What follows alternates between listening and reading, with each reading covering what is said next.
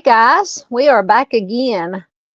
For any of you who wasn't here earlier for the first live stream we did this afternoon, it was about 4 p.m. Central Time.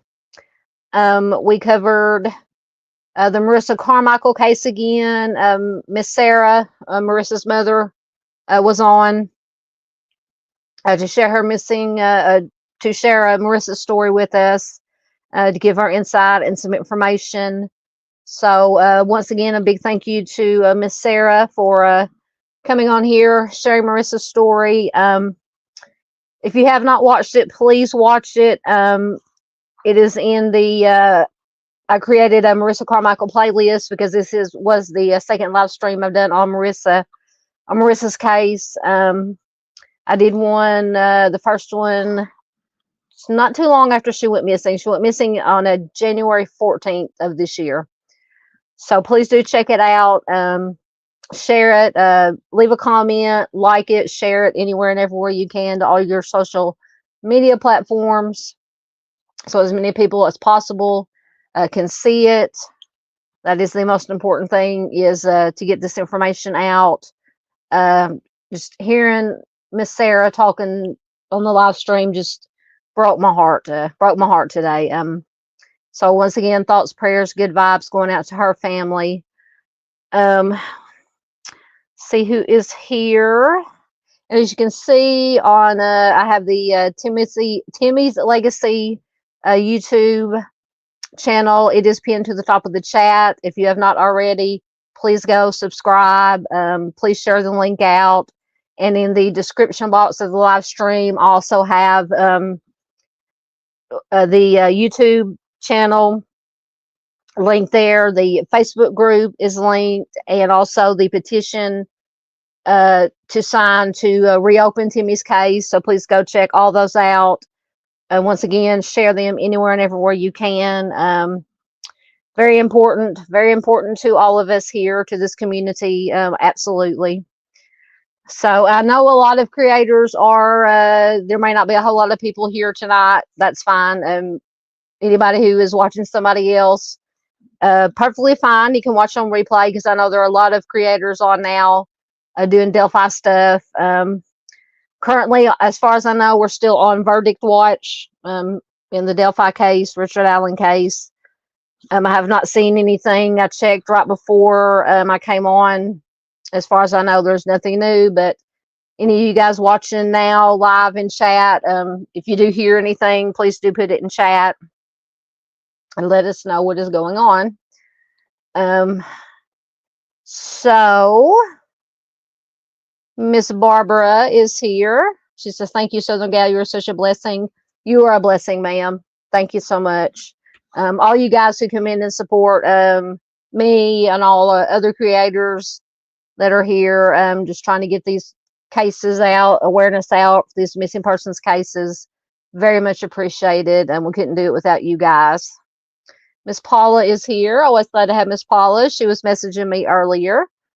Thank you, Miss Paula, for doing that. Our friend JP is here. Welcome, John Paul. Good to have you here. Please do check out John Paul. He's got a music channel. He's also got a second channel called Analyze This, where he shares true crime stuff. So please do check him out. And JP says, here for you. Thank you so much. Thank you so much. And I always try whenever John Paul shares anything, whether it be in his music channel, his true crime stuff, I always try to share it out for him. So if you see anything, please do sub up to both his channels. He's just he does wonderful work on both channels. Michigan Wifey is back. Hello, good to have you here, my dear. Excuse me. I apologize. I took got a quick bite of supper before between live streams, and as always with my acid reflux. But anyway, good to have Michigan Wifey back. She popped in. It's hot in here. I should have put my hair up. I was cold earlier, and it seems like now when I start doing this, I get hot. But anyway, Michigan Wifey popped in later on in the when we were doing the Marissa Carmichael live stream, so I appreciate that. Oh, excellent. Miss Barbara says the Sharona Owens has been found safe. I don't know if you saw. No, I had not seen that. So thank you for letting me know. And I can't remember exactly what state that was from. Let me see. Let me find an article. 1 minute and we will. Let me pick on my keyboard for a minute here. See if I can find any information.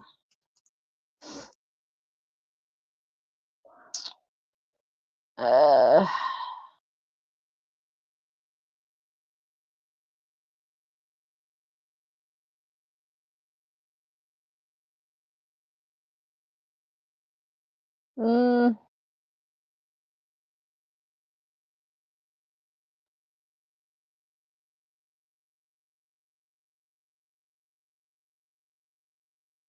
don't see anything, but if it's just posted, a lot of times it takes Google a minute a hot second to pick it up. But thank you, Miss Barbara, for letting me know that.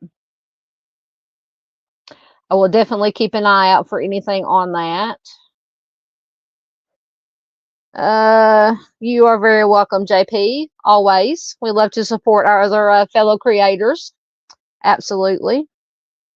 Oh, Miss Barbara says a table full of mustard will help my heartburn. I'll have to try that. I'm not a big mustard fan, but at this point, because I do take acid reflux, just over the counter acid reflux medication. Doesn't always work. Sometimes I have to take a little Pepto on top of it to help, but I will take that advice. I will definitely take that. Thank you. Miss Michelle C is here, one of my wonderful mods and friends. Hello, my dear. I hope you're doing well. John Paul says he is working and listening. Excellent. Hey, I'll take what I can get. I'll take what I can get. I just appreciate your support for being here. Everybody's support for being here. So I hope everybody, like I said, I hope everybody's doing well. This is our True Crime After Dark Oh, okay. That must be. I saw that you sent me something. I couldn't check it out because I had everything set up on my phone. That must, yeah, that must have been what you sent me. So thank you, Miss Barbara. I will definitely take a look at it. If I tried to check my messenger right now, I would probably send us into an instant dumpster fire. But thank you so much for sending it. I will check it out and get it posted. So like I said, True Crime After Dark. I have a few stories. What John Paul wants to know what is my email? Give me 1 second and I will stick it up there. Right there, it is southerngaltruecrime@hotmail.com.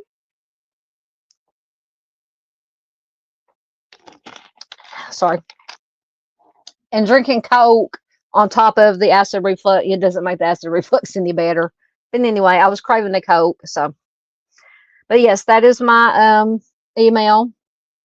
Feel free to email me anything, everything, whatever you need to send me. I forgot what I was saying. So I have a couple of missing person stories that I found on the Google machine.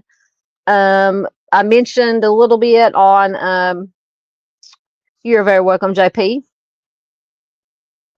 I mentioned on the, I think it was the missing, no, whatever, the Wednesday live stream, whatever, when we share missing persons, missing poster Wednesday that we did. Some new information had come up. Lord, I'm sweating. Sorry, guys. About the Jodi Huisentruit case. Apparently, they've been doing some searches, possibly regarding that case. Hold on 1 second. So I found a couple more an article to share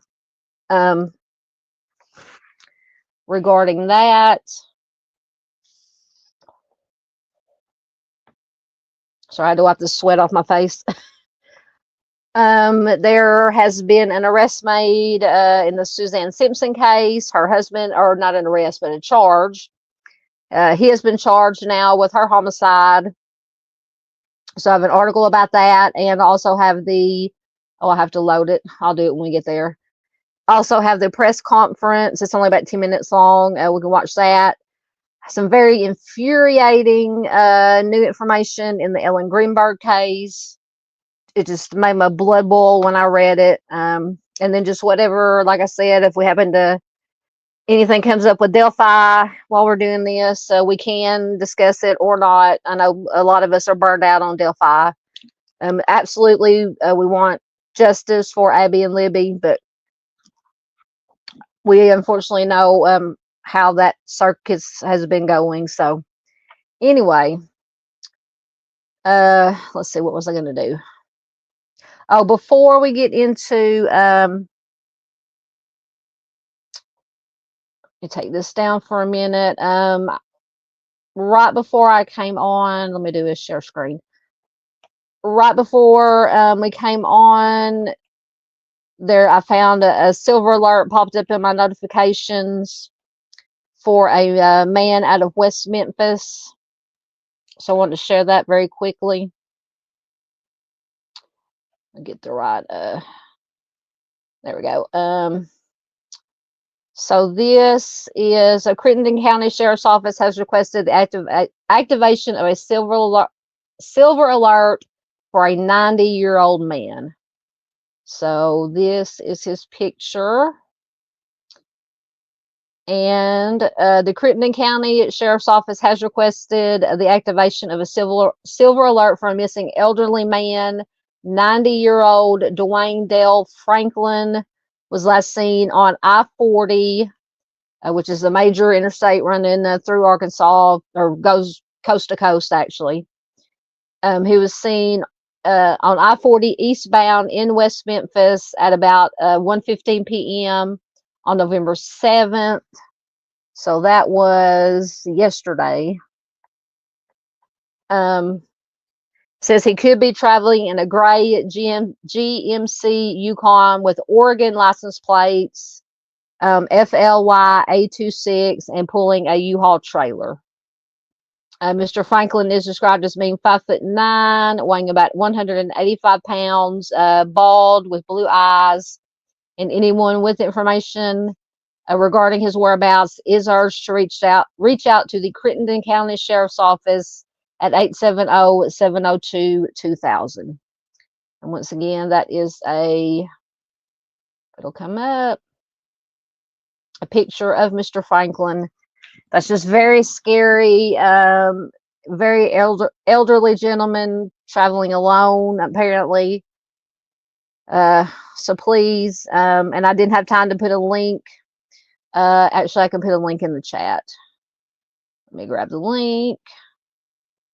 No, I can't, because I have to go over to the I will put a link to it on my community tab. That way you guys can share it out, and I will also put it on when we get done here.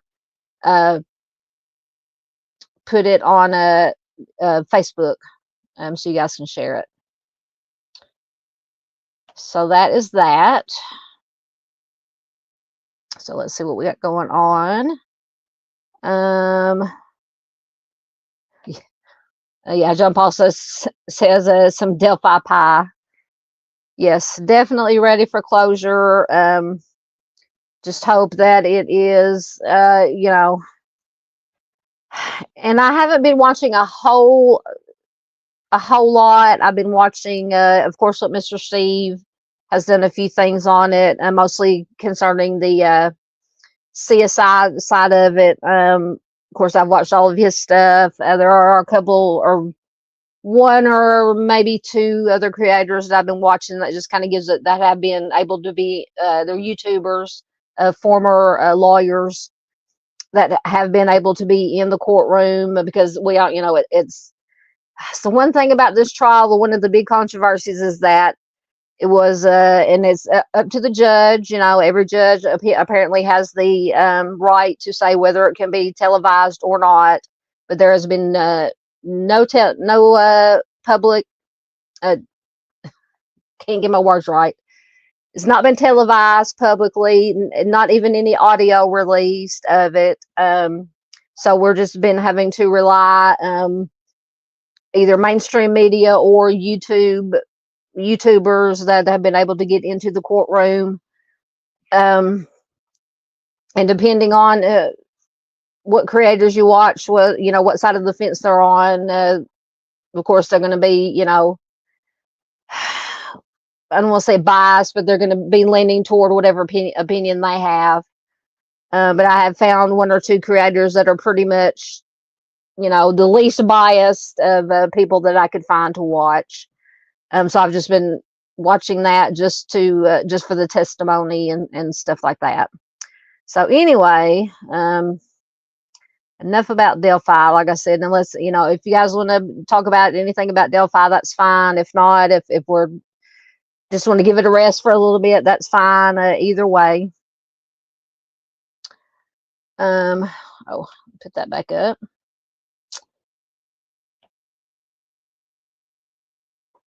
All right. Thank you very much. But yes, as JP said, just ready for some kind of closure. Hopefully it's the right decision, or the correct decision based on the evidence. And justice for Abby and Libby is the most important thing. All right, so let's see what we have first. Let me get the article. This is a young lady missing out of San Francisco. John Paul says it's up to me. No, it's up to you guys. I'm here for you guys. Whatever you guys want to talk about. I say if there's happens to be any breaking news, but I'm assuming, like I said, I haven't checked, but it's 8 o'clock Central Time here, so I'm assuming. I don't know how long the jurors deliberate, if there's a cutoff time and then they stop for the night and then start again the next morning. But I would assume that, being as late as it is, you know, like I said, 8 o'clock Central Time here, I would assume that there hasn't been a verdict, and they'll probably reconvene in the morning at some point.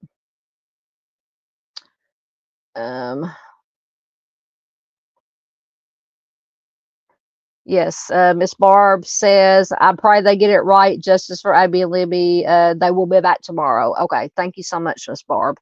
Thank you, thank you.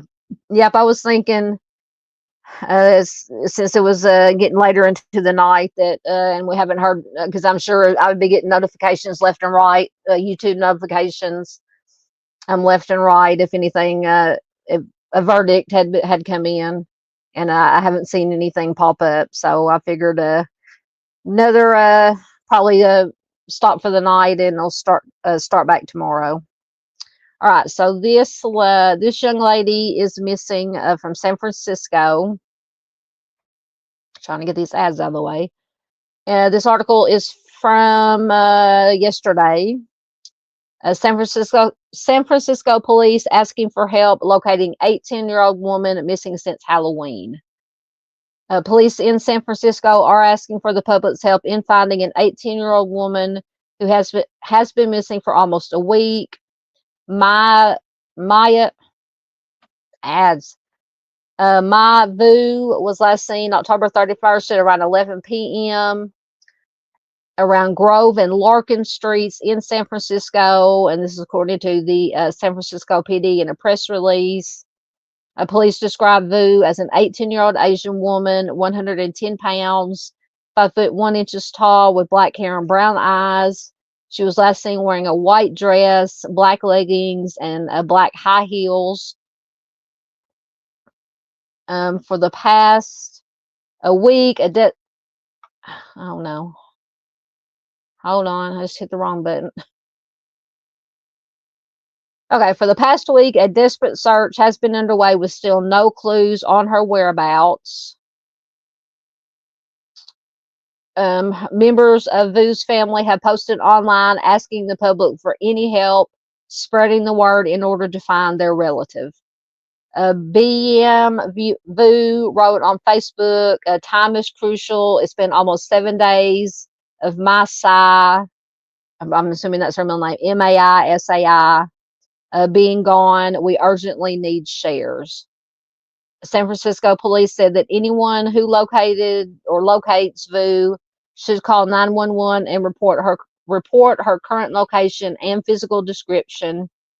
Anyone with information on her possible whereabouts should call the San Francisco PD tip line at 1-415-575-4444, or you can text a tip to tip 411 and begin the text message with SFPD. You can remain anonymous, according to police.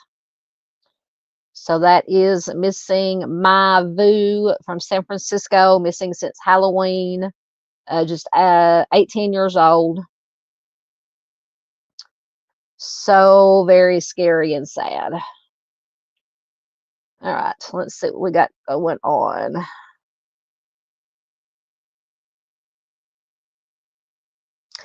Yes, I actually was going to check that out. JP said when you get a chance, go check out the song Hatred's Way and Leave Your Aura. Yes, I saw that you had posted that, and I was going to watch it, and then something happened. Something distracted me. Somebody called or texted or something. But I will definitely go watch it, and I will give it a like and a comment and a share, most definitely. Yes, very unfortunate about this young lady that's missing. Absolutely. Absolutely. Whew, I'm telling you, it's hot in here. It's an in-between stage here where it's not cold enough yet to turn the heat on, and it's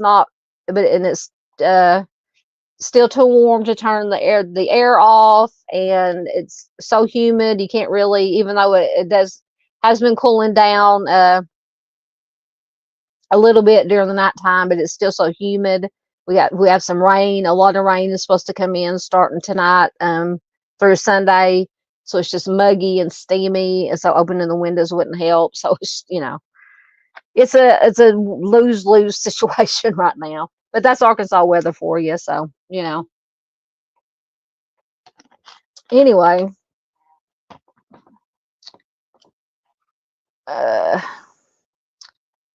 yes, very sad. Miss Barbara says sad prayers for the family. Absolutely. JP says happens to him too. You get distracted by something. Yeah, I know something happened. I don't know, the cat. It may have been the cats. The cats were running amok earlier. Little Biscuit and Tigger were running amok and begging for treats and all that good stuff. So that might have been what it was. I don't know. There's no telling. Plus, I had to, sneak in my supper between the live streams and then get ready and all that good mess. All right, let's see what we have next. We have another missing. Get her information. This one is from New York. Let's stop my cam for a minute.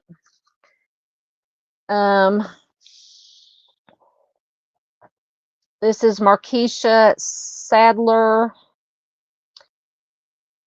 Once again, I'm waiting for the, there it is. And she is missing New York City woman with autism. Oh, wait a minute. She's been found safe. Hold on. Let me read this. So we have good news in this one. So I just brought up the article and they've updated it. I don't know when it was updated, but it says a missing vulnerable adult from Roosevelt Island has been found safe. So praise the Lord. It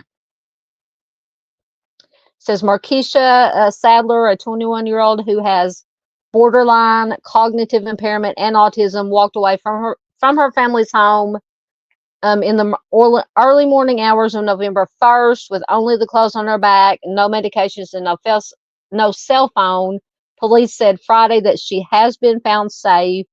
It is unclear where she was or how she was found, but police say she is now home with her family. So that is excellent news. Excellent news. Oh my goodness. I always love it when I have a surprise, a good surprise that pops up with these stories. So happy to see that, because that one, especially with the as I said, the cognitive impairment and autism, very, very scary, but she has been found safe. That is an important thing. Hallelujah. Oh my goodness. JP says it has been minus 32 here tonight. Where are you at? I don't know if I've ever asked you that before, or you might have told me and I forgot. Minus 32. I can't, no. No. I'm a Southern girl. I cannot do that. Yes, nice. Yes, she has been found safe. Yes, yeah, exactly. Miss Barb says that is two that we have been found safe today. God is good. God is good. Absolutely. Oh, you're in Nevada. Good. Do you live in the God minus 32 in Nevada already? But it is November, so. Oh my goodness. Nope. I couldn't do minus 32. I don't even like 32 degrees. To me, the perfect is between like 65 and 70, preferably 70 and sunny with no humidity. But, I'll take just the 70 and sunny because here in Arkansas, we're so close to the coast, to the Gulf, that it's always humid. Not as humid as like Florida, Louisiana, but still bad enough. All right, so we have a good story, good outcome.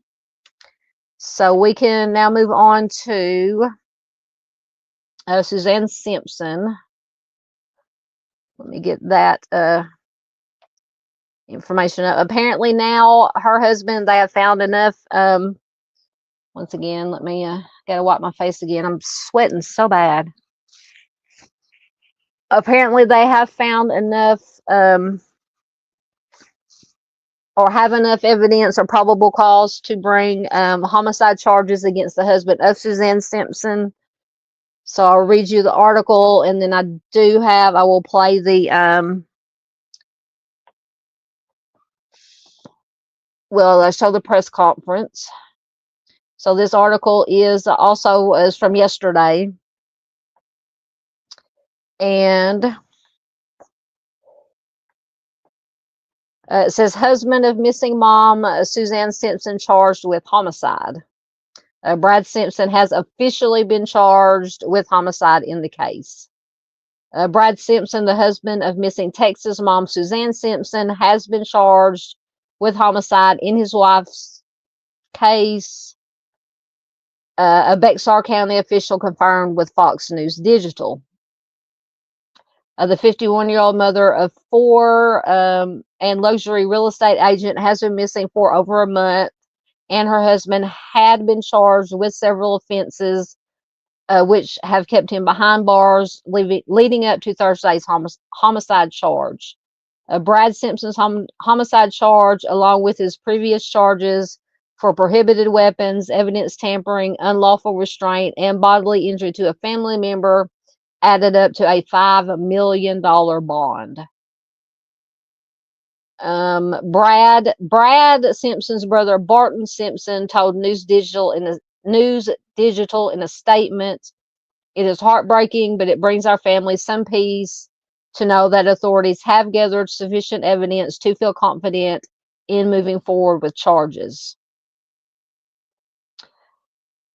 This also helps us come to terms with the reality that Suzanne is no longer with us, allowing us to begin the difficult grieving process and focus on rebuilding our lives, especially for the sake of the children and our extended family. Investigators have not found Suzanne's body, but it says they do have enough evidence to charge Brad Simpson, 53. He was taken out of jail for questioning by Texas Rangers on Thursday. Authorities have searched extensively for Suzanne, including sweeps of Almost Park, surrounding wooded areas, and a landfill in southeast Bexar County. Suzanne Simpson's mother, Barbara Clark, previously said that she does not believe her daughter is alive. Oh, it's raining. And here hitting the roof. The rain has arrived. Suzanne Simpson disappeared on October 6th after allegedly fighting with her husband of 22 years in Almost Park in the San Antonio area. A neighbor told police he saw Brad and Suzanne fighting each other on the night of October 6th and later heard screams coming from a nearby wooded area, according to the arrest affidavit. The neighbor observed that, quote, Miss Simpson was attempting to get away from Mr. Simpson's grasp, as he tried to pull her downwards. And I still don't understand, once again, not blaming at all, but I still don't understand why this neighbor, if he saw this, did not call 911. I still don't understand that. But at any rate, the couple's youngest child told school staff that her parents had been fighting and that her father had struck her mother in the face and possibly pushed her into a wall. He had taken away her cell phone, and this is according to the affidavit. Their daughter, Chandler, who's 20 years old, said, "My mom was a victim of abuse from my father. My father took my mother's life in a state of rage and control." James Val Carter, who is Brad Simpson's longtime friend and business partner, is accused of hiding Brad's firearm after Brad had sent him a series of ominous texts just days after his wife went missing. Carter was arrested on October 21st and charged with tampering with evidence and possessing a prohibited weapon, which are both third-degree felonies. Authorities have said his case is related to the investigation of Suzanne's disappearance. Prior to the homicide charge, Brad Simpson's attorney, Stephen Gilmore, reportedly called the charges against his client ludicrous. saying the case against Simpson was, quote, a theater to incapacitate him to keep him in custody. Gilmore did not immediately respond to Fox News Digital's request for comment. According to the county magistrate clerk, the arrest affidavit is sealed for 30 days. So we won't know what is in the affidavit for at least a month. And Brad Simpson's arraignment hearing is scheduled for Wednesday, November 13th. So that is the latest on the Suzanne Simpson case. Let me see what you guys have to say. Oh goodness, JP says they have walking pneumonia going around. I think there's been something going around here too, because there's been a lot of sickness going around, and it's not really, I mean, it's either the Rona or it's you know, it is that time of year where the flu is going around and things of that nature, and pneumonia. So I just, you know, and I have not got my flu shot yet. Usually around here at the local community center or somewhere, they set up a place where you can get they give out free flu shots. But I just haven't got over there to get one yet. Yep, Miss Barb says, I think they did charge him with her disappearance. I heard it on court TV today. Yes, he has also now been charged with her homicide, or been arrested and charged for, or is already in jail, but he has been charged with her homicide. Hey, Miss Dandy, good to have you here, my dear. She says RSV2. Is that the rotavirus or whatever it's called?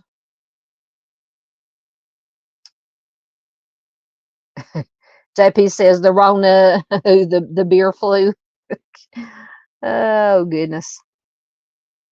Yeah, there's all sorts of things going around. Usually at least one time a winter. Usually it's not really even during the middle of winter. It's when this transitioning, what little transition we get here in Arkansas from, you know, summertime to fall to winter. I get a really, really bad head cold and chest cold, or it gets down into my chest. And if it gets bad enough where it gets down to my chest, I just go to the doctor and they give me a steroid shot to clear up the congestion, and give me antibiotic and decongestant. So that usually takes care of it.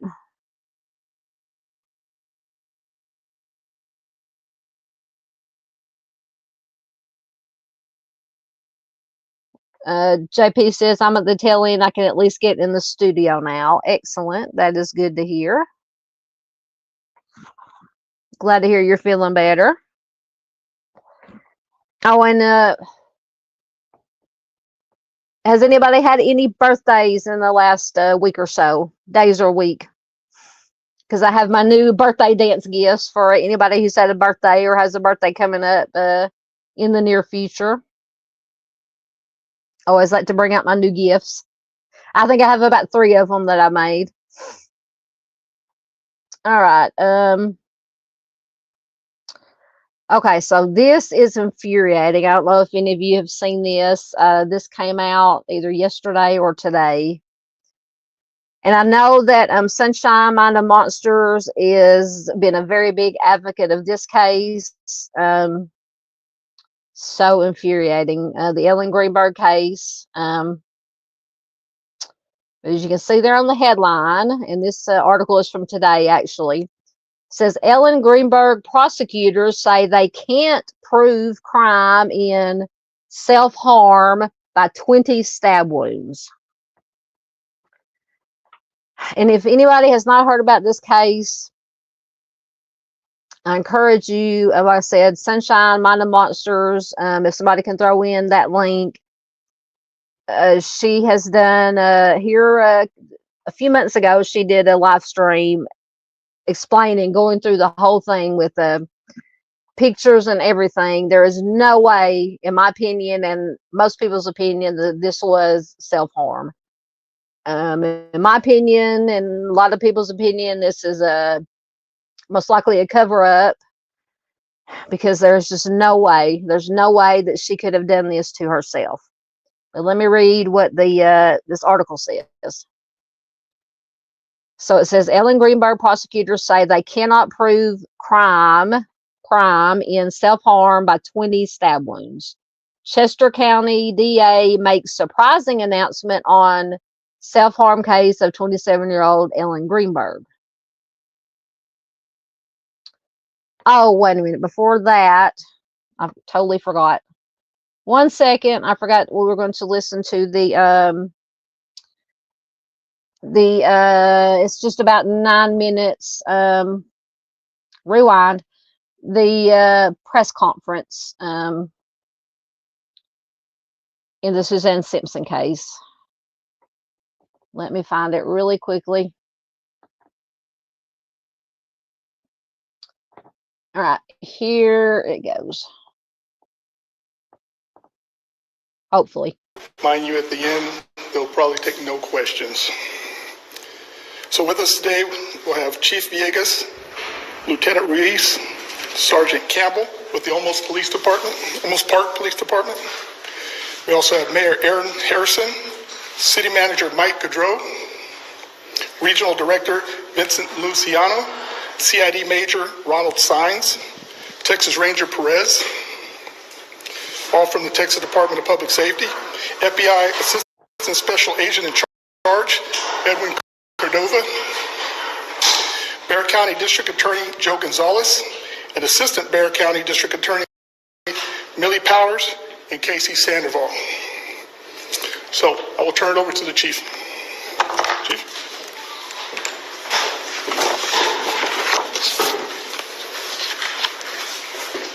Good afternoon. Yesterday, the Olmos Park Police Department, along with the Texas Rangers, have charged Brad Chandler Simpson with murder in the death of his wife, Suzanne Clark Simpson. We realize that this doesn't bring closure to Suzanne's family, but we hope it will allow them to enter the next phase of their grieving process with more clarity. We'd like to thank Suzanne's family for their support and strength throughout this investigation. They are asking for respect of their privacy, especially for the minor children. There are also many agencies that have helped us in this investigation, and we offer them our sincerest gratitude. This thorough and tireless investigation has been conducted in efforts to find justice for Suzanne and her family. We want to recognize the Bexar County District Attorney Joe Gonzalez and his office for their advice and support with the complexities of this investigation. They now begin their work on the prosecution phase of this case. We also want a special thank you to the Department of Public Safety and the Texas Rangers, who have worked tirelessly with us, and we thank them very much, along with all the support from the citizens that we've had. We'd like to thank the family and the public, and we want them to know that the search for Suzanne is still ongoing. The Simpson family provided us with this message today to read, so I'll introduce Mr. Bart Simpson.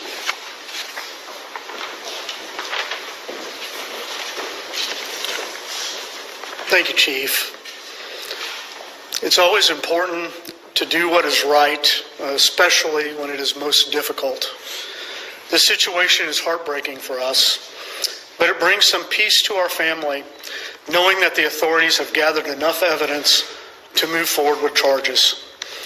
This helps us come to terms with the reality that Suzanne is no longer with us, allowing us to continue the difficult process of grieving and focus on rebuilding our lives for the sake of the children and our extended family. We remain deeply appreciative of the Olmos Park Police Department, the Texas Rangers, Texas DPS, and all assisting law enforcement agencies involved and their dedication and determination to help us find Suzanne.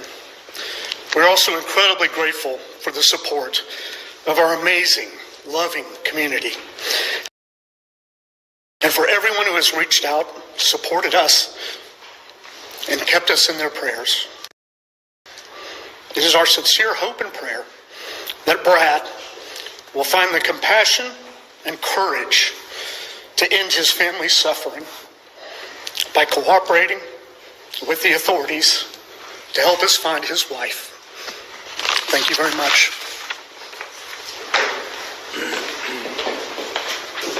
Thank you. We'll have Lieutenant Ruiz from the Olmos Park Police Department reiterate some of this in Spanish for you.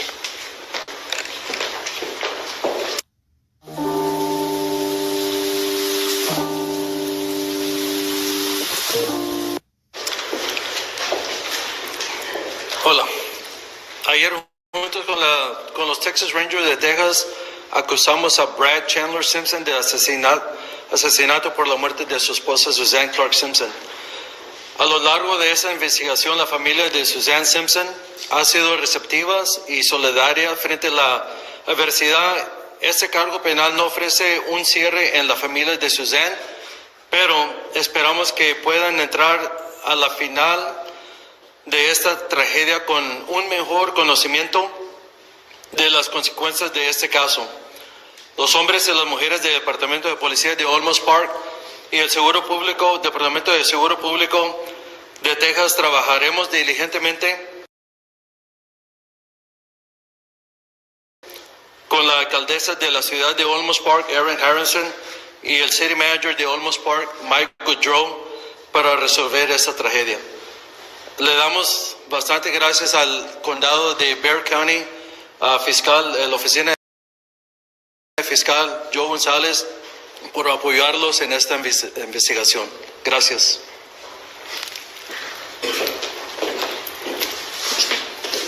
Okay.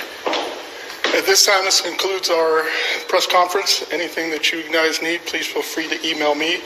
I will stay after for a few minutes and address any of your questions. Thank you. Chief, do you think you'll be able to find Suzanne? Joe, is there a reason you're not saying anything to say about possibly child bodies? Is Brad cooperating now? I know you guys visited him yesterday. Is James Potter cooperating?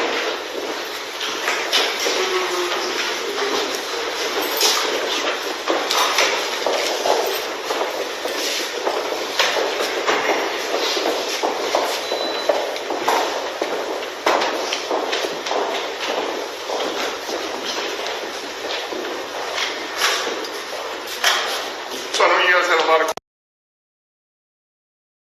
questions, and I can't address those, but I can tell you that, as the investigation and the search for Suzanne continues, there's still information we ask. If the public knows anything, to please contact the Olmos Park Police Department or the Texas Department of Public Safety.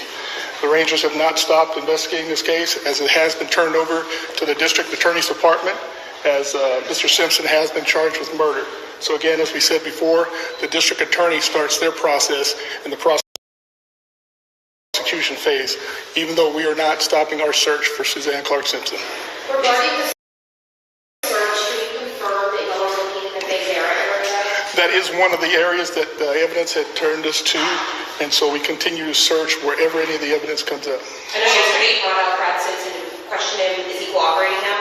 I don't have the answer right now, but I do know that they did bring him in and did charge him with murder, and I don't have any comments on any statements he may have How made. is James Potter playing into this? Did he? Right now, I don't know. Like I said, I do know that it just led them to information or his involvement, but I don't have any information on his involvement and if it had anything to do with the murder.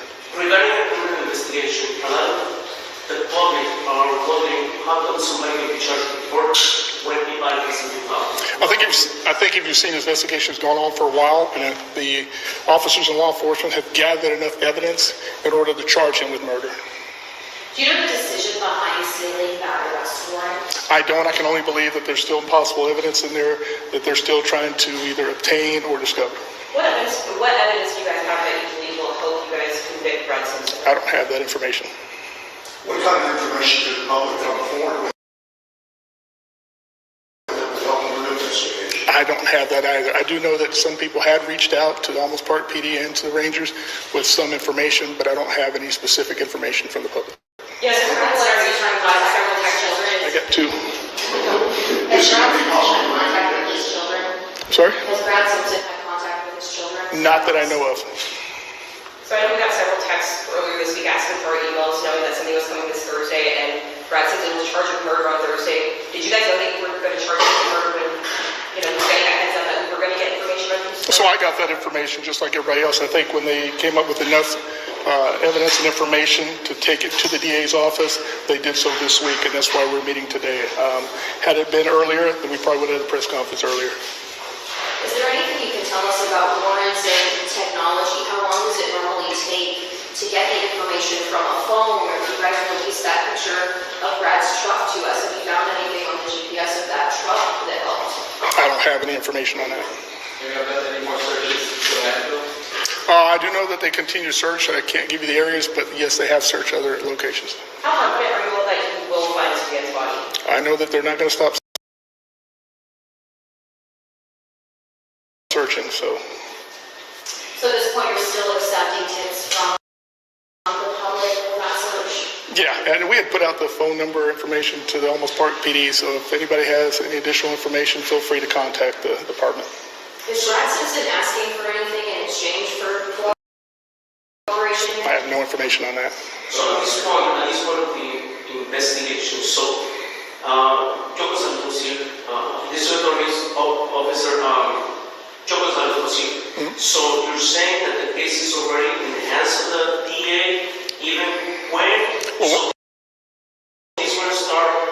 they're going to start working on their part of the prosecution. So once he was charged with murder, that information is presented to the DA. So now they begin their part of the investigation and the prosecution phase. Even when there's an investigation going on, still.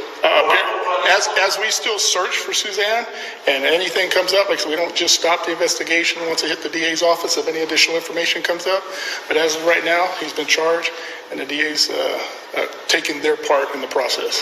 How rare is it to charge someone with murder without having a body? I wouldn't. What does it take to do that? Enough information for the DA to take it.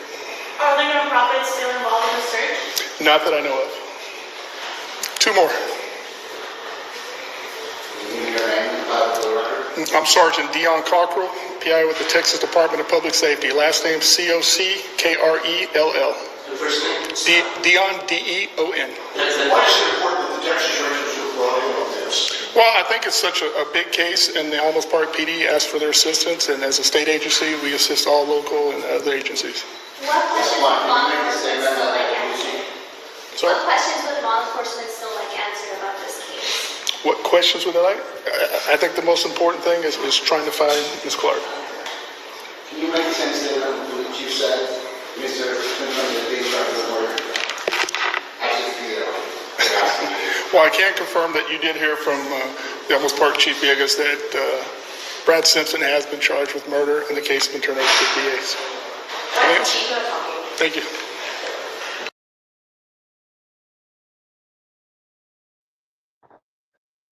All right, that was our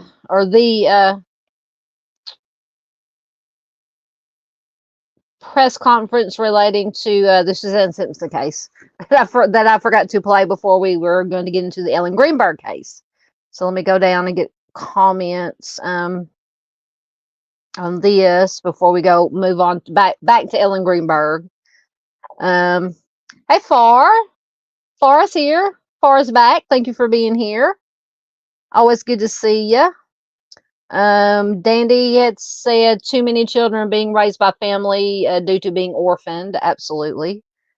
And when children are involved in aggravating factors should be added. I agree. All right, let me get back up to where we were at. Oh, JP said that he does not celebrate birthdays anymore, getting older anymore. I'm the same way. I could just let mine come and go from now on. Because I asked earlier if anybody had any birthdays within the last week or so, and if they do, I'll play one of the birthday gifts that I have. All right, so moving back to Ellen Greenburg. Oh my goodness, this. And Miss Barbara had said, no way she did this to herself. Absolutely, I agree. And thank you, Dandy. Got the link because I said that Sunshine Mind the Monsters is a very big advocate of the Ellen Greenberg case. And not too long ago, a few months ago, she had done a live stream going through the whole timeline, pictures, everything, and it's unbelievable. Oh my goodness, Paula, I did not know that. Paula says that Tony Todd passed away. Candyman Tony Todd? We'll have to get to that. Let's get Ellen Greenberg and then I will look that up. I did not know that. That makes me sad. I actually almost had a chance to meet him a few years ago. They had a little horror con here or in Little Rock. And he was supposed to be there, but I think he was sick or something. He didn't get to go. So I was sad that I didn't get to meet him, but I did get to meet Michael Berryman, who's in a lot of horror movies. I met I can't think of her name now. The one in Halloween that played Linda in the original Halloween. I got to meet a lot of horror movie stars. But yeah, don't let me forget, and I will look up an article about Tony passing. All right, so to Ellen Greenberg. I'm assuming Danny's talking about this case. She says they don't have enough to prosecute the case at the moment. That doesn't mean they won't charge in Ellen's case. I hope to God that at some point they get enough probable cause to arrest and charge. So this is the article. Once again, did come out today. It says a Pennsylvania district attorney made a major announcement in its outside investigation into the case of 27-year-old Ellen Greenburg, a Philadelphia teacher whose 2011 death was ruled self-harm after her fiance found her in the kitchen during a blizzard with 20 stab wounds, half of them from behind. And I think there is a little, that little circle part in the slide is a diagram of where all the stab wounds were. Absolutely no way she could have done them. Absolutely no way. Her parents, Dr. Josh and Sandy Greenberg, have been entangled in court battles with the government since their daughter's untimely death. They have accused the medical examiner's office of covering up their daughter's homicide, demanded police turn over more evidence, and they tried suing to have the designation of self-harm on her death certificate replaced with homicide or undetermined at the very least. The Chester County District Attorney's Office announced Friday morning that it has conducted an investigation and prosecutors are, quote, currently unable to move forward with criminal charges. So hopefully, like Dandy says, at some point they will have enough to charge. They are moving Greenberg's case to an inactive status in Chester County, but they are leaving it open to re-examine if they get new information. After re-interviewing key people in the original Philadelphia investigation, consulting an independent forensic expert, and taking other investigatory steps, quote, Chester County's investigative team determined that based on the current state of the evidence, we cannot prove beyond a reasonable doubt that a crime was committed. The DA's office noted that there is no statute of limitations for criminal homicide, and they said that the case would remain open and therefore investigators would, quote, not be answering any questions about this matter.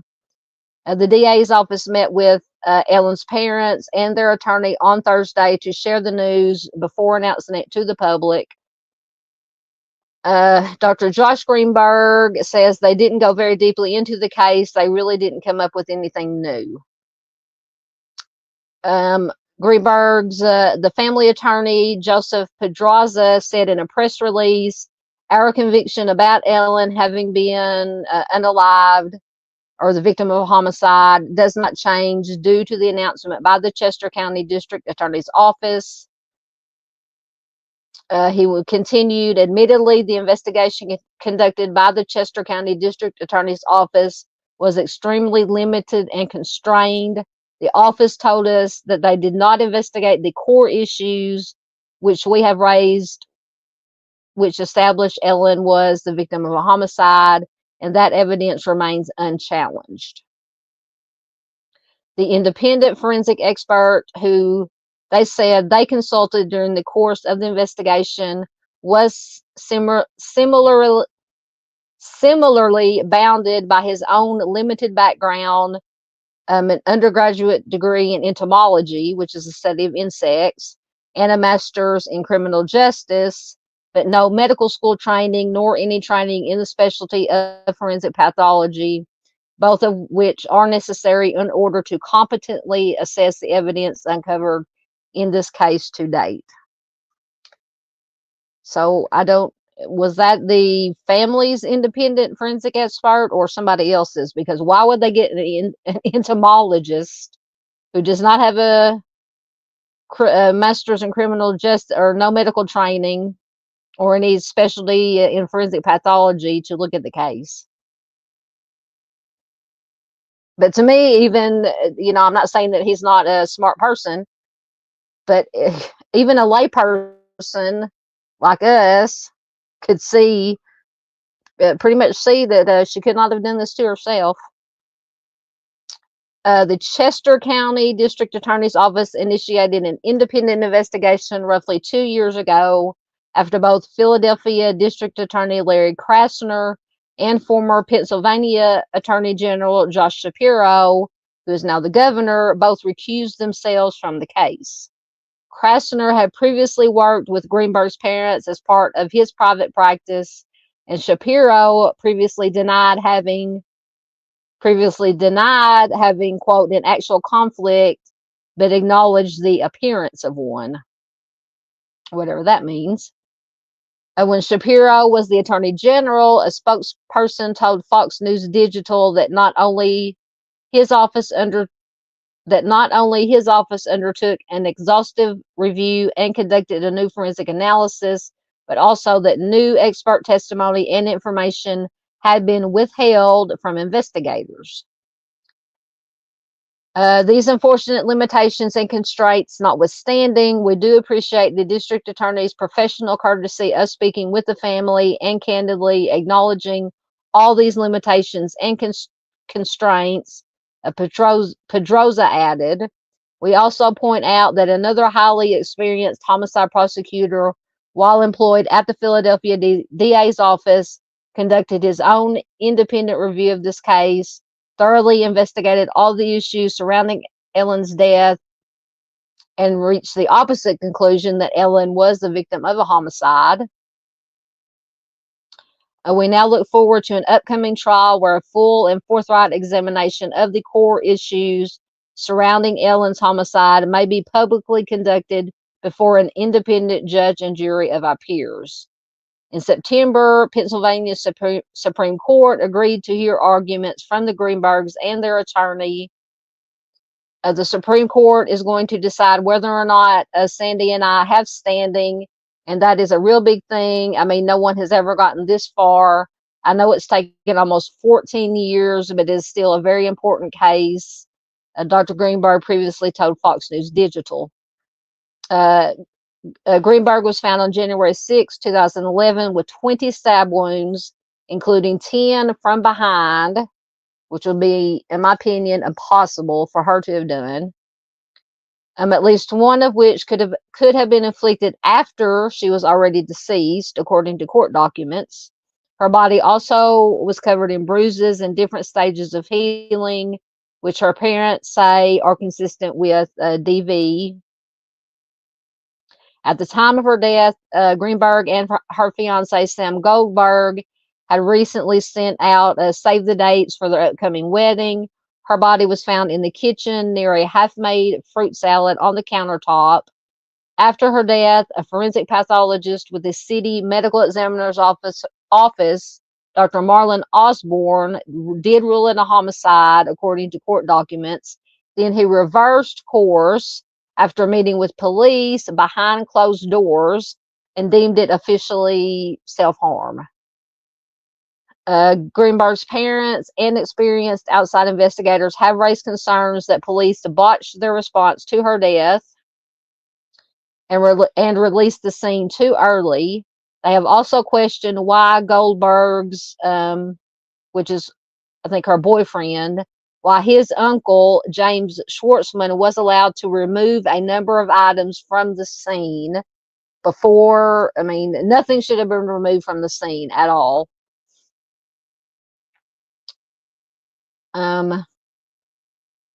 Ellen's father says things were removed from the crime scene without our permission. The chain of custody was broken from the very beginning when Jim Schwartzman removed computers, electronics, and Ellen's handbag. A representative for Schwartzman, a distinguished judge in Pennsylvania, responded to these claims on his behalf, saying police gave him permission to go in and take Greenburg's belongings. He denied removing her handbag, but he did admit to removing her computers and cell phone. Why in the world? I mean, even if they did think it was self-harm, and I mean, I'm not a professional, but you don't remove anything until police come in and, you know, just in case it wasn't self-harm.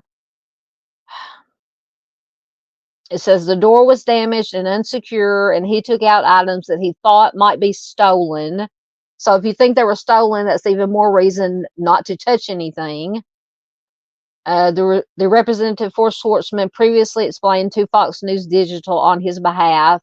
He added that Schwartzman did not need the permission of Greenberg's parents to take anything from the apartment once police released the scene. Unbelievable. Neither Goldberg nor Schwartzman have been charged with any wrongdoing in relation to Ellen's death. Philadelphia police did not immediately respond to Fox News Digital's request for comment. They have previously declined to discuss the case, citing the open investigation in Chester County and ongoing civil litigation. Goldberg and Chester County District Attorney's Office did not immediately respond for comment.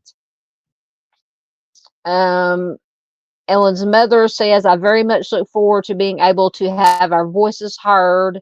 Not only are we fighting now for justice for Ellen, but because there is so much attention on these different lawsuits, it will set some precedent, hopefully, for other victims of heinous crimes. So that is the latest. Unbelievable. I don't understand. And I know I've just seen a lot of the comments pop up. So I know you guys have got a lot to say about this. Let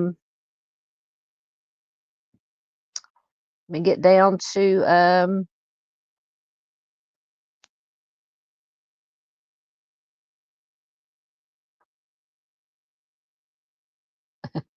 Dandy says December, she's born in December, she celebrates all month.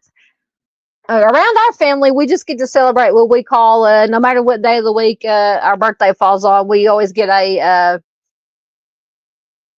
birthday weekend. We get to celebrate a weekend. So usually on that weekend, that Friday or Saturday, we'll go out to whichever of us birthday it is, we'll go out and have our birthday dinner. The birthday person gets to choose where to eat and then celebrate for the weekend. But usually all we do, we're to get to the age now where all we do is go out to eat together, spend some time together, and that's about it. But that is all we need. That's all I need.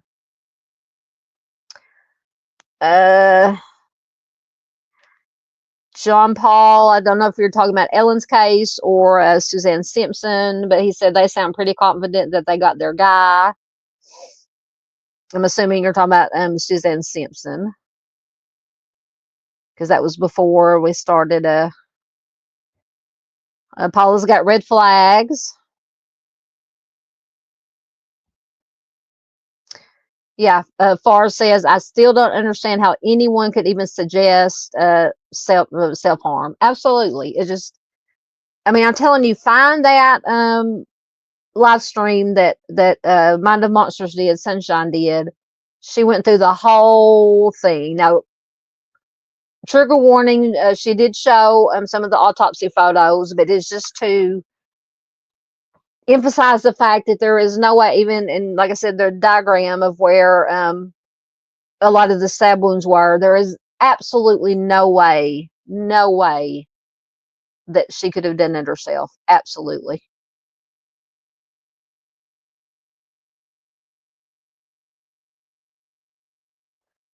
Okay. Yeah, Dandy said Samuel Goldberg, which is Ellen's father, has ties to Josh Shapiro, who is the governor of Pennsylvania. Gavin Fish had a great live earlier on it. I'll have to check that out. There's our buddy Arctic Fox. Hey T, how you doing? Thank you so much for being here. Thank you for being in the Marissa Carmichael stream earlier also. Thank you so much, my friend. I hope you're doing well. I don't know how the weather is over in over your way. I know I heard it earlier raining here. I don't hear it now, but I think the rain here in central Arkansas is supposed to set in overnight tonight and then basically all day tomorrow into Sunday. So I might be flooded in and not be able to get out of the house. So hopefully I have plenty of cat food and people food for me and the cats for at least a couple of days, because where I live, because I said we could get almost maybe 1.5 to 2 inches of rain, and that is enough to flood the road that I live on, going out both ways. So I might not be able to get out, but we do need the rain. So, but at least now they've have lifted the they've lifted most of the burn bans around here. All right, let's see what else you guys got to say. See if John Paul says he's doing very well indeed. And new release is November 22nd, 2024. Excellent. Be sure to remind me. I'll try not to forget. I know you always post. I get notifications when you post. So we will be on the lookout for that.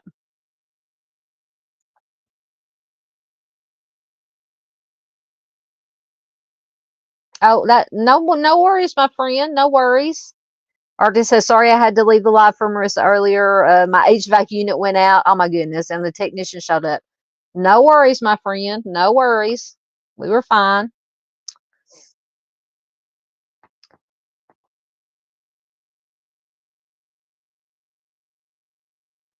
Oh, Miss Barbara sent me something again. My messenger was dinging in my ear.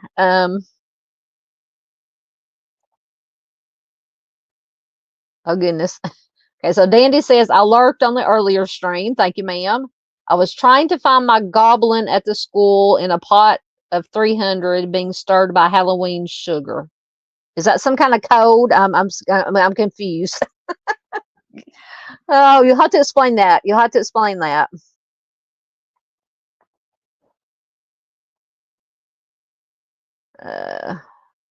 Miss Barbara says, I'll say it for you. He is not a smart person. Who are you referring to, Miss Barbara? Yes, JP says, no one stabs themselves 20 times. Yeah, because, I mean, just look at the little diagram there in the circle there. And they said that some of these wounds were inflicted after she was deceased, or she would have already been deceased when some of these stab wounds were inflicted. So yeah, it's unbelievable. Yeah, Dandy says, sorry, but I think it's a cover-up. Who does that to themselves? She says, I'm blonde, not blind.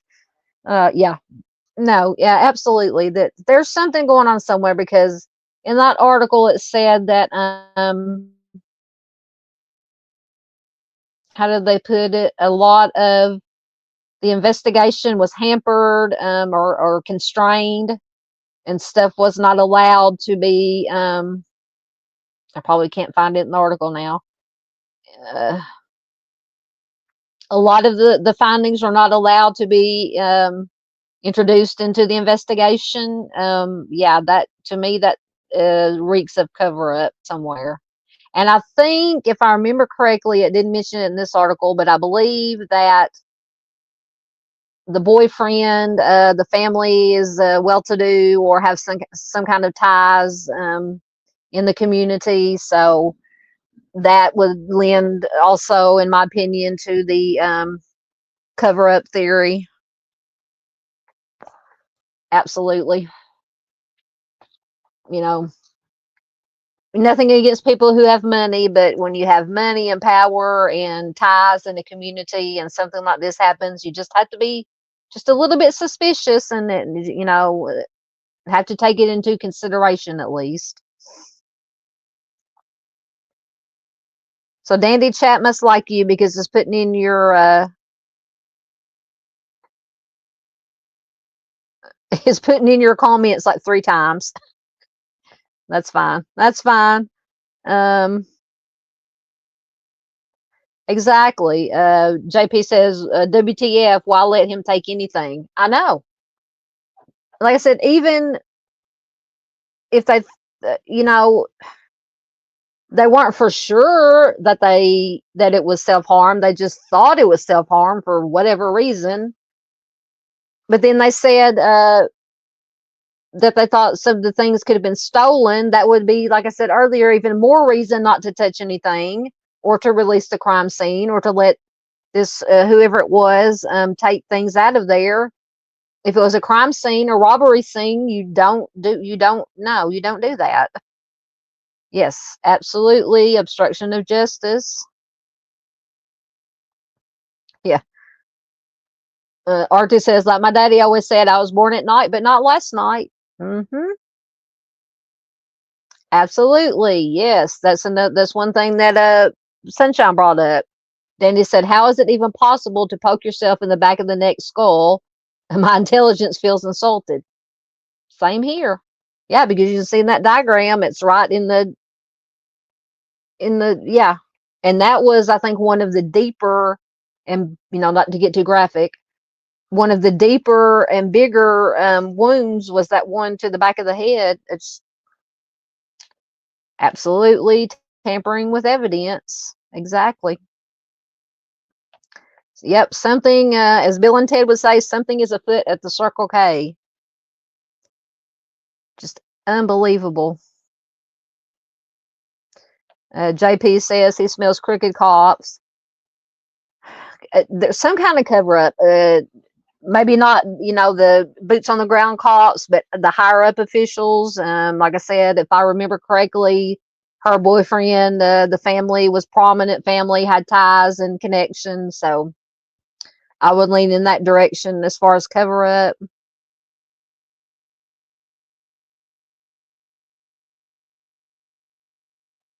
And Danny says, I've got friends in high places, Samuel Goldberg. I would say a lot. JP says, I wonder how many lies have been piled up on this case. My guess will be a lot. Ballpark.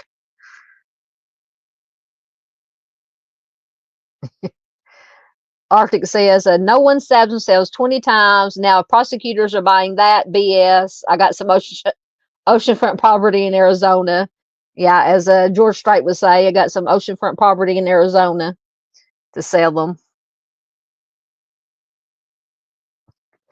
Dandy says she's got some in Colorado if Arctic wants to trade.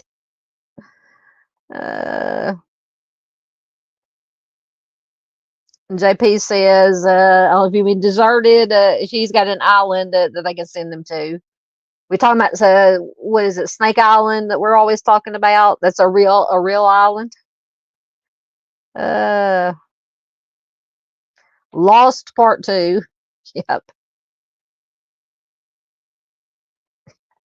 Nope. Arctic does not want to have anything to do with Colorado winters. I don't either. I'm spoiled. I'm a spoiled southern girl, used to the hot weather.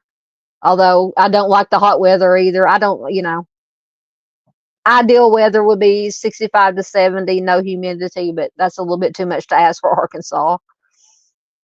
Yes, Paula says 20 stab wounds. Yes, 20 stab wounds.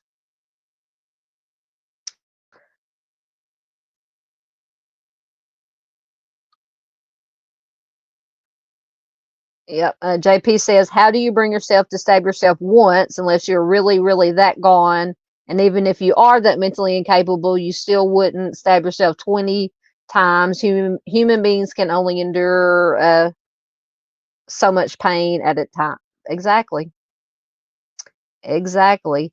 And I don't know the statistics. I'm sure it happens, but I don't think that stabbing is high up in common ways of self-harm. Usually it's I'm gonna try to get graphic. Usually it's either hanging, GSW, OD on something. To me, stabbing would not be high up on the list of how you would self-harm yourself. That's just my opinion.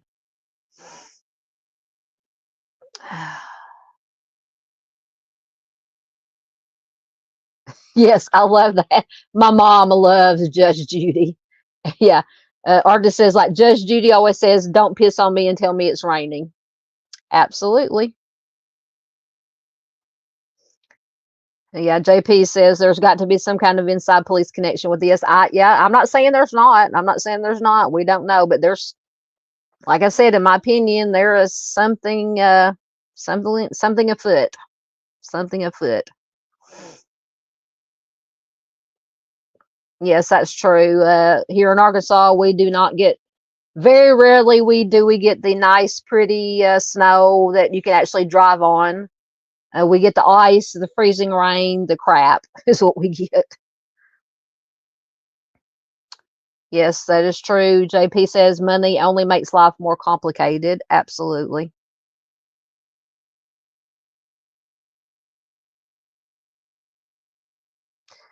That would probably be a good idea. JP says I wouldn't be surprised if the FBI got involved with this sooner or later.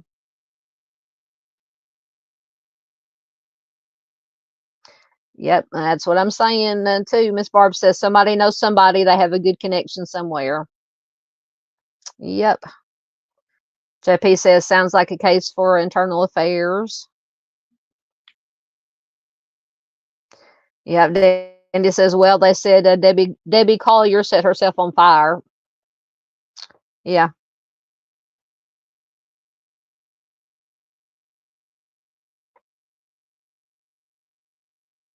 John Paul says he needs to go.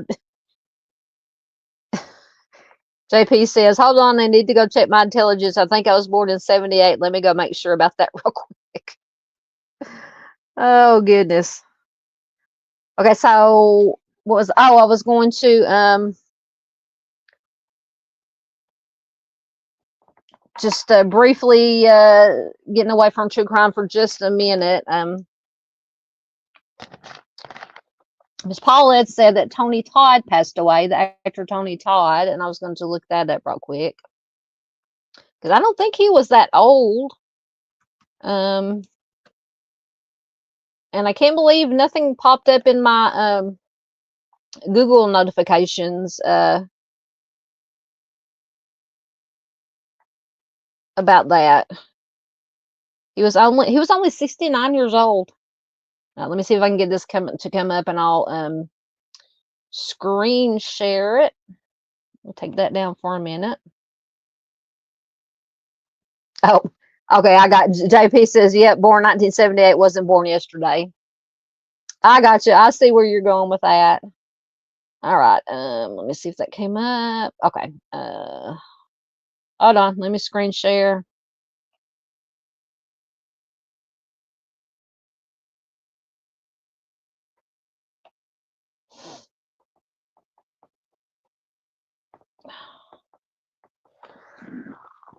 All right. Let me get the different so you guys can see it better. So this is from Variety. Tony Todd, Candyman and Final Destination star, dies at 69. Man. Oh, that picture. That picture, it looks like a cross. It makes it look like a cross between Sam Jackson and Snoop Dogg. Okay, so Tony Todd, an American actor known for leading the Candyman horror franchise as his eponymous hook-wielding ghost, passed away Wednesday at his home in Marina Del Rey, California. He was 69 years old. Todd's death was confirmed by a representative for the actor. A COD was not disclosed. A reliable presence in genre fare across 4 decades. Todd's series of credits include iconic titles such as Alex Proyas's comic book adaptation, The Crow. Oh yeah, I forgot he was in The Crow. I love The Crow. Michael Bay's Alcatraz action or The Rock, and the elaborate killing set piece series Final Destination. One of his earliest film performances came in his early 30s in Oliver Stone's Oscar-winning war epic Platoon. On Star Trek The Next Generation, Todd donned alien makeup to play Kern, a commander in the Klingon Defense Force and the brother of Worf. But Todd secured his name in the genre pantheon with his performance in Bernard Rose's Candyman, one of my favorite horror movies of all time.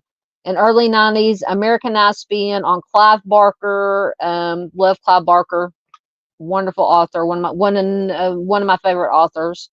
That brought a memorable supernatural spin on themes of gentrification and racism.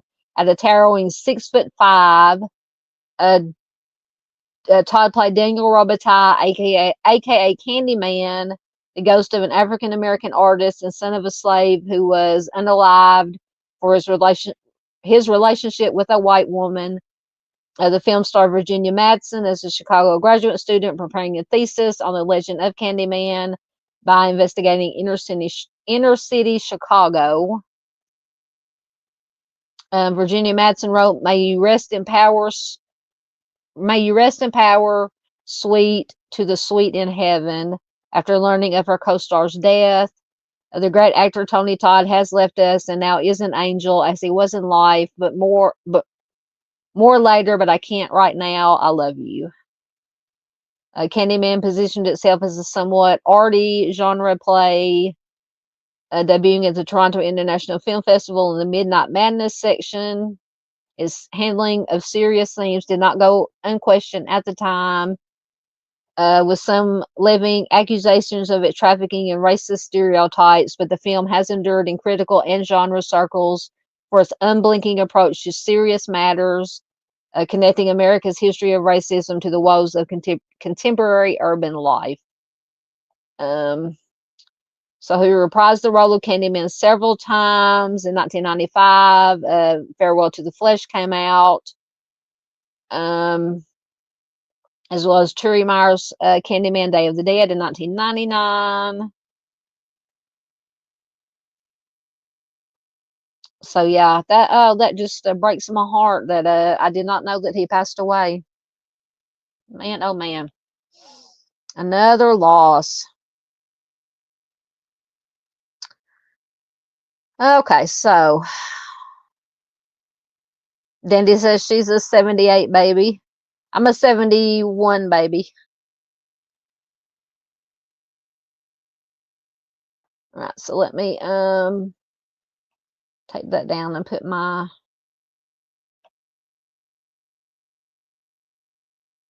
that back up there.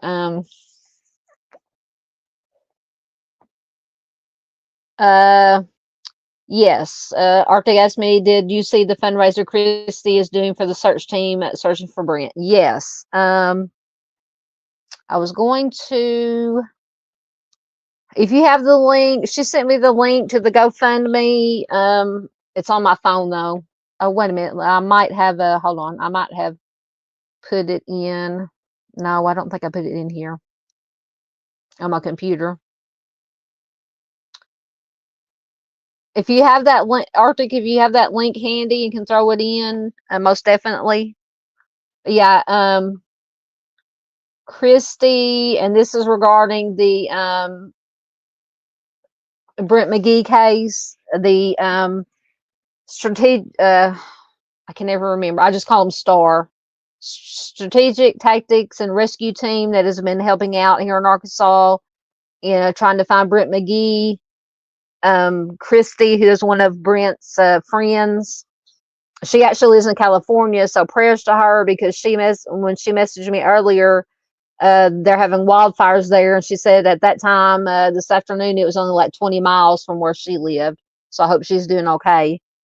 But she set up a GoFundMe to because somebody had offered to sell them a trailer to carry equipment in, and so they're trying to raise money.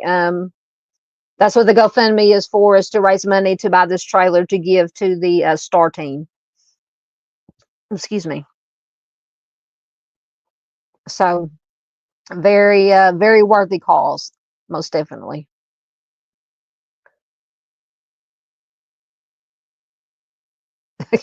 Danny told Arctic that he feels that you do feel older brotherish.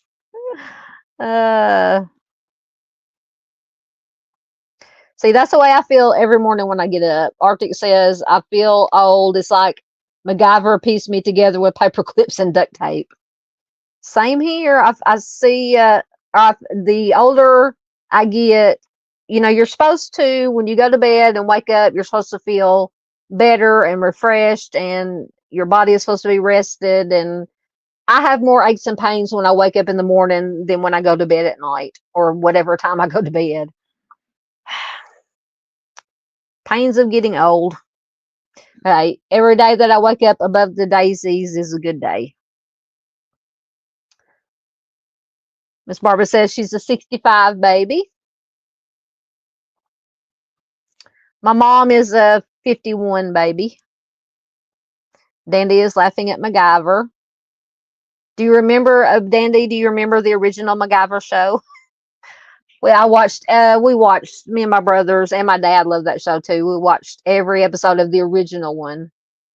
Now they did do a reboot of it here a few years ago. It was okay. We watched it, but not as good as the original.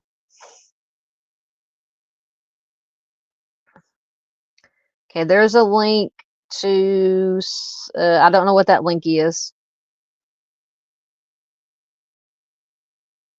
I know it's not the GoFundMe link, I don't think. Arthur, you'll have to let me know what that is. All right, there is the, thank you. There's the GoFundMe link to raise money for the trailer for the STAR team. Thank you very much, sir.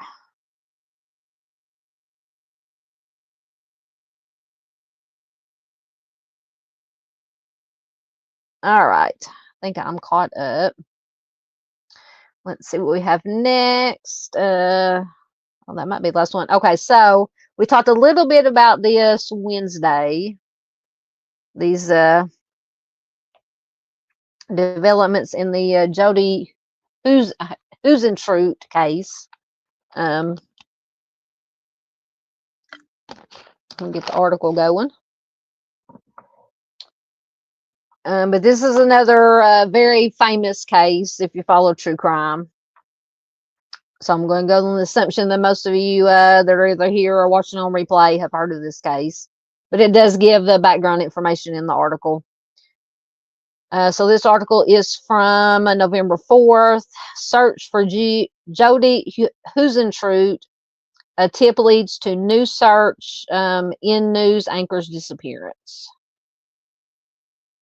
So nearly 30 years after she disappeared, police in Iowa say a recent tip led them to search a property in Minnesota related to the disappearance of news anchor Jodi.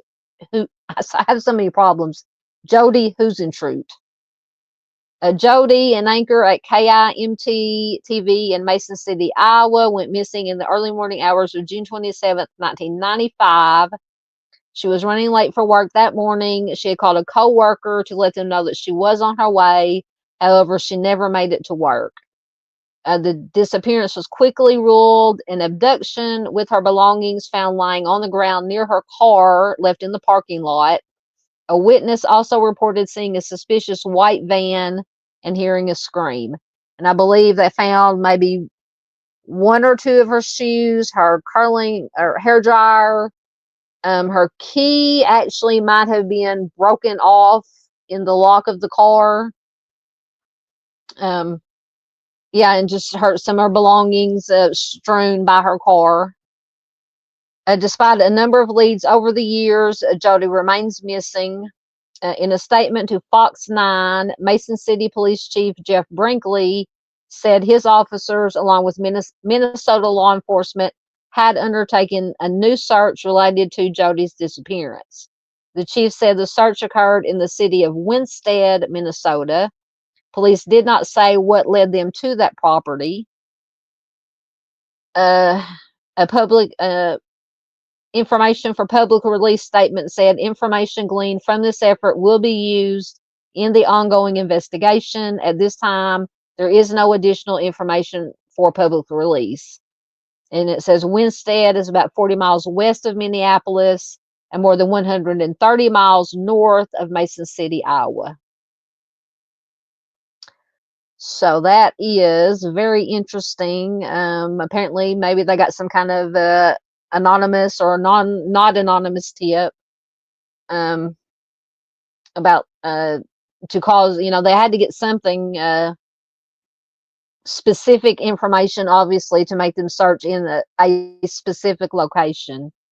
So, but 30 years, hopefully something will come of it.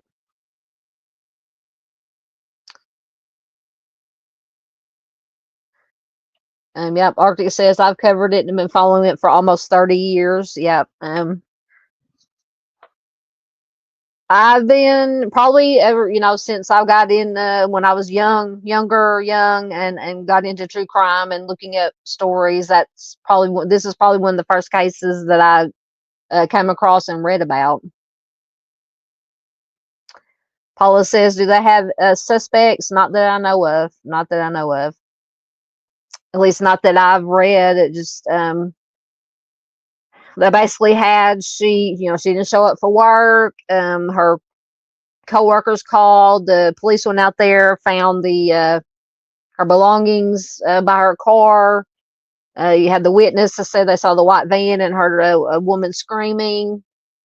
And if I remember correctly, trying to remember the pictures, from where she would come out of her apartment to where her car was parked at was not very, it was basically parked. I don't know if you can see my hands, but the building would be here, and she was basically parked in the first row. It'd just be a matter of steps to get to her car. So it's not like she had to walk a long way across a dark, parking lot. There was lighting, if I remember correctly, on the outside of the apartment. So, it's just one of those things. Absolutely. Dandy knows how I feel about this genetic genealogy. She says, I've noticed an uptick in older cases being solved by familial DNA lately. That is promising. Absolutely. Yes, Arctic brings up an excellent point. He says, I've always thought it was the older friend that was responsible. But last I heard, he had Alzheimer's and couldn't distinguish between Bill Cosby's pudding pop and a Jell-O pudding pop. So is that the friend that she, make sure I got my cases right, was it earlier that night before that she had either walked or gone to a friend's house or said she was going to, and then she came back? Or have I got my cases mixed up? I might have my cases mixed up. I don't know. But I think I read that she was going to go to somebody else's apartment. I don't know if it's a coworker or the older friend. Maybe she went there, and I got it's been a long time since I've brushed up on all the facts in this case. Arctic's got Miss Barb laughing and far. Okay,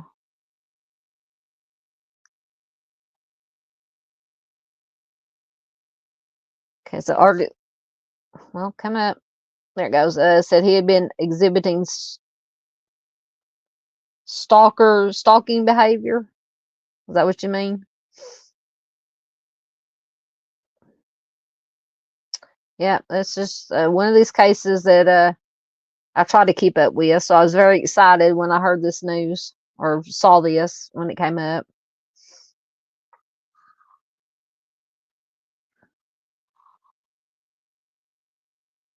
Just taking my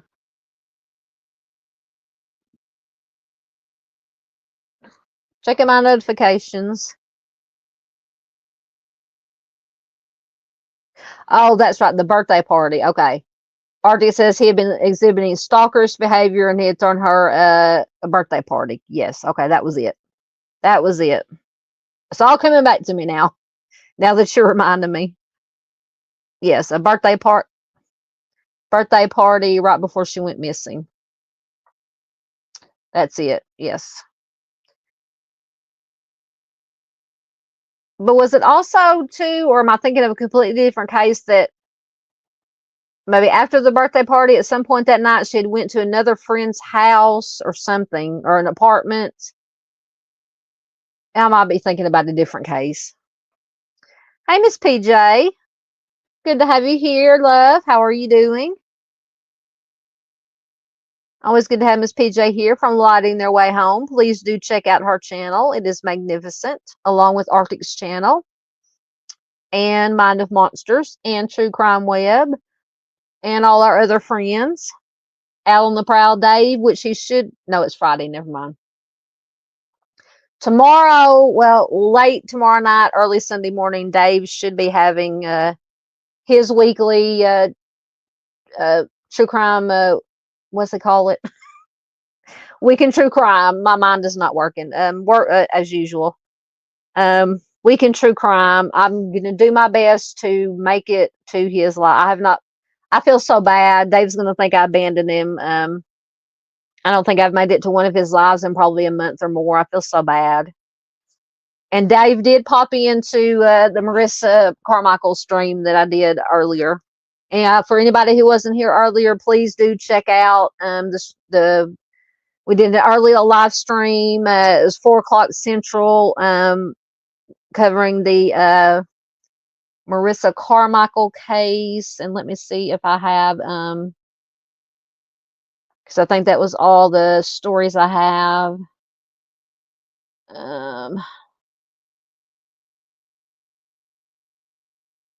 Oh, not a video file. No. Stop. I might have to go retrieve. Hold on. I want to put up the, give me 1 second.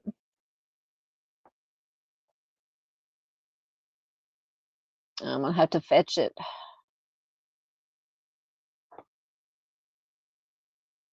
All right. Okay. Speaking of Markysha Carmichael,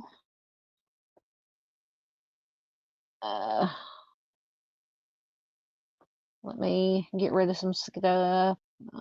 Get rid of that since we're done with that. Find the slide that I want to go to.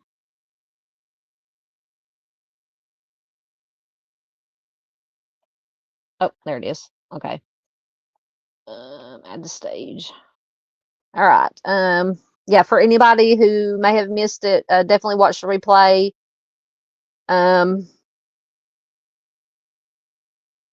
Miss Sarah, who's Marissa's mother, came on with me to share Marissa's story, some information. So please definitely check it out. I have now made a Markysha Carmichael playlist because that was the second live stream I've done on Marissa's case. So please check it out. I'm gonna leave this information up here. There is now a $3,500 reward in Marissa's case. Let me see if I can I can't read that little writing, but Marissa went missing January 14th of this year from Greensboro, North Carolina. Very, very strange and suspicious circumstances. So like I said, watch the live stream with Miss Sarah. We went over all the information. Please share it, give it a like, leave it a comment, share it anywhere and everywhere you can. To help bring more awareness. We're trying to get all the awareness we can right now for Marissa's case.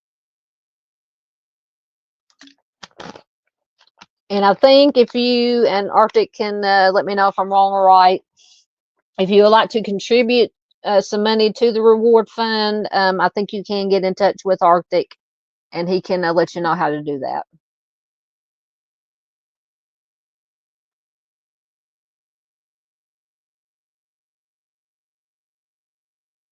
Arctic said he needs to go back through his notebook on Jodi's case. Thank you very much. There is Miss PJ's link to her channel.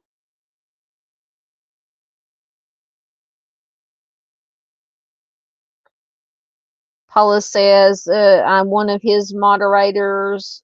Who's moderator? Or who are you talking about? Thank you very much. There is JP's music channel. There is our friend Dave, Alan the Prowl.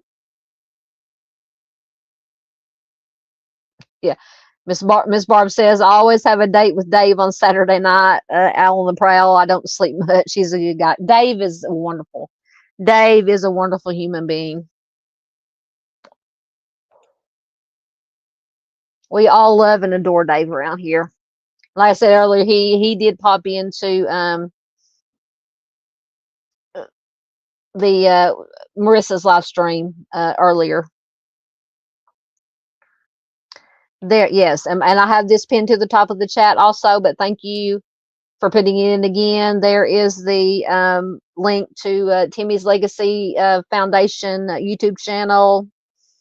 Definitely check it out. And in the description for the live stream, I also have the link to the Facebook group and to the petition to sign to reopen Timmy's case. Also have a link to Mr. Steve, the True Crime Web Foundation. I have a link to the petition to review the case of ELISA Robertson. I have Arctic's link for his petition to standardize the Amber Alert case or Amber Alert system. I have links to all our friends, fast links to all our friends, friend channels. So definitely check all them out. And of course, there is our Arctic Fox True Crime link to his channel. Please do check him out. Absolutely. Justice for Timmy D's, justice for Marissa Carmichael. And you can also use, yes, for Marissa's favorite color was orange. So if you post anything about Marissa, you can use an orange heart and you can use the hashtag Bring Marissa Carmichael Home. That is also the name of the Facebook group that they have for Marissa. I can't remember if I put that link to that her Facebook group is in the other live stream that we did for her. I think I forgot to put it in the link in the description for this one. But definitely do check it out. Yes, there is Mind of Monsters link and Miss Duchess's link. Definitely check out Miss Duchess.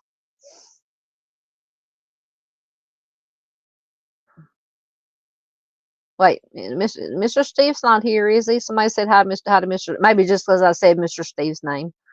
Somebody was saying hi to Mr. Steve. I'm like, don't tell me I can't miss Mr. Steve if he's here.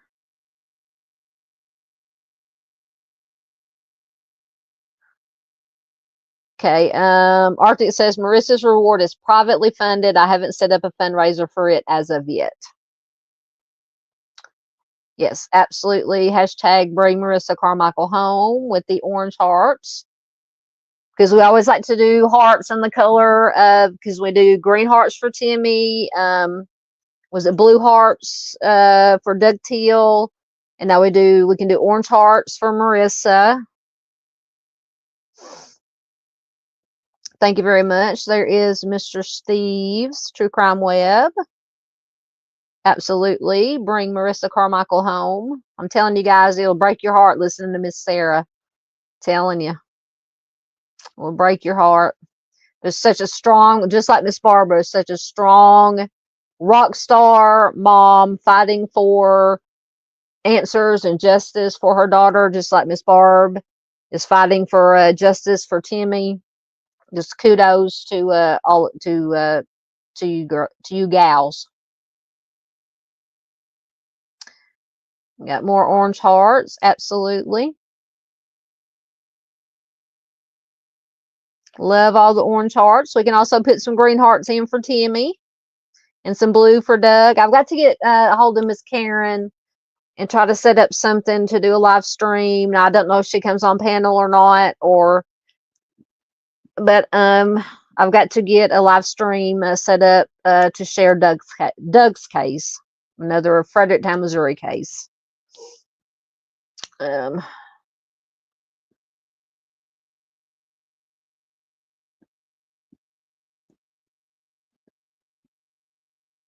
Dandy says, I don't know what you're referring to. She says, I don't believe the players involved. Which one are you talking? What are you talking about, Dandy? You'll have to, you know me. Yep, there is green for Timmy, and Far has got them all. She's got blue, green, and orange in prayer hands. Absolutely. Thank you, ma'am.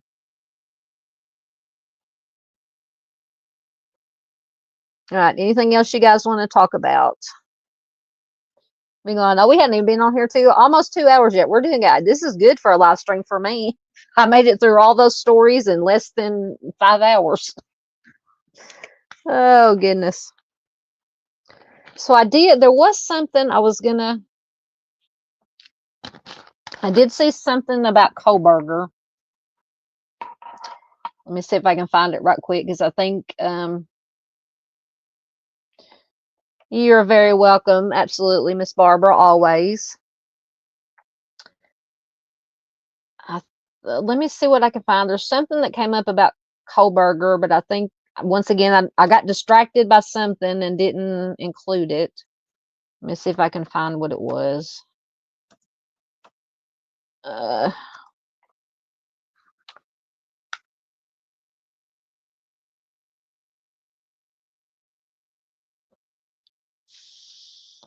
right. All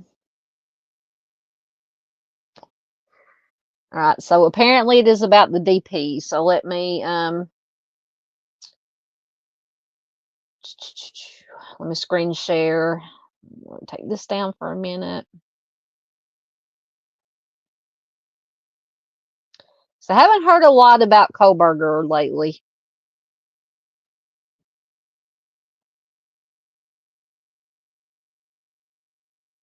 If it'll come up, sometimes it takes a second. Well, there it is. Okay. All right. So this is from today. It says Brian Koberger's lawyers asked judge to ban the DP in Idaho homicide case. Victim's mother says, quote, he deserves to die. So let me get to the article. Attorneys for a man charged in the stabbing deaths of 4 University of Idaho students asked a judge to take the DP off the table Thursday, arguing that international, federal, and state law all make it inappropriate for the case. But a victim's mother who attended the hearing said the suspect, quote, deserves to die. Brian Koberger is accused of the November 13th, 2022 unalivings of Ethan Chapin, Xander Kernodle, Madison Mogan, and Kaylee Gonsalves. Investigators said they were able to link Koberger, then a graduate student at nearby Washington State University, to the crime from DNA found on a knife sheath at the scene, surveillance videos, and cell phone data. When asked to enter a plea last year, Koberger stood silent, prompting a judge to enter a not guilty plea on his behalf. Prosecutors have said they will seek the DP if he is convicted. In September, Kohlberger was booked into jail in Boise, where his trial was moved the week before. During a pretrial motion hearing, Kohlberger's defense team made a broad range of arguments against the DP, saying in part that it does not fit today's standards of decency, that it is cruel to make a condemned inmate sit for decades on death row awaiting the DP, and that it violates an international treaty prohibiting the torture of prisoners. But 4th District Judge Stephen Hippler questioned many of those claims, saying that the international treaty they referenced was focused on ensuring that prisoners are given due process so they are not convicted and executed without a fair trial. Prosecutors noted that the Idaho Supreme Court has already considered many of those arguments in other capital cases and allowed the DP to stand. Still, by bringing up the issues during the motion hearing, Kohlberger's defense team took the first step toward preserving their legal arguments in the court record, potentially allowing them to raise them again on appeal. The judge said he would issue a written ruling on the motion later. Christy and Steve Gonsalves, the parents of Kaylee, attended the hearing.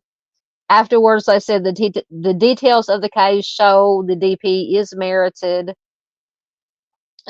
Steve Gonsalves said, "You've got 4 victims all in one house. That is more than enough." Christy Gonsalves said that she talked to the coroner and she does know what happened to her daughter. I can't imagine knowing the details. If he did anything like he did to our daughter to the others, then he deserves to die, she said. Steve Gonsalves told 48 Hours last year that, quote, "There's evidence to show that she awakened and tried to get out of the situation," saying, quote, "She was trapped based on the way the bed was set up." Kohlberger's attorneys have said that he was out for a drive the night of the killings, something he often did to look at the sky. His trial is scheduled to begin next August and is expected to last up to 3 months. The Gonsalves family said they have rented a home in Boise so they can attend. The family said in the spring that they were frustrated by how long it has taken the case to progress through the judicial system. The family said this case is turning into a hamster wheel of motions hearings and delayed decisions. Sounds like another case. So apparently that was the end of the article. So that is the latest, or the first new anything that I found in that case.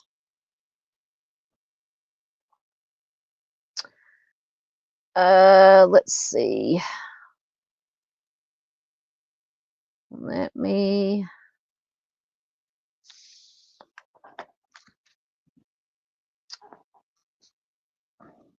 Miss Paula says she's got Coke Zero too. Yeah, I'm doing a regular Coke tonight. I've tried to make myself start drinking the Coke Zeros just because I need to lose some weight, and I'm addicted to Coke, obviously, or to Coca-Cola, not Coke, to Coca-Cola, obviously. But I do have a brother who's was diagnosed with juvenile diabetes, type 1 diabetes, so I got used to drinking just regular Diet Cokes because that's all that he could drink. So Coke Zero was not that bad. I'll eventually make the switch over to the Coke Zero.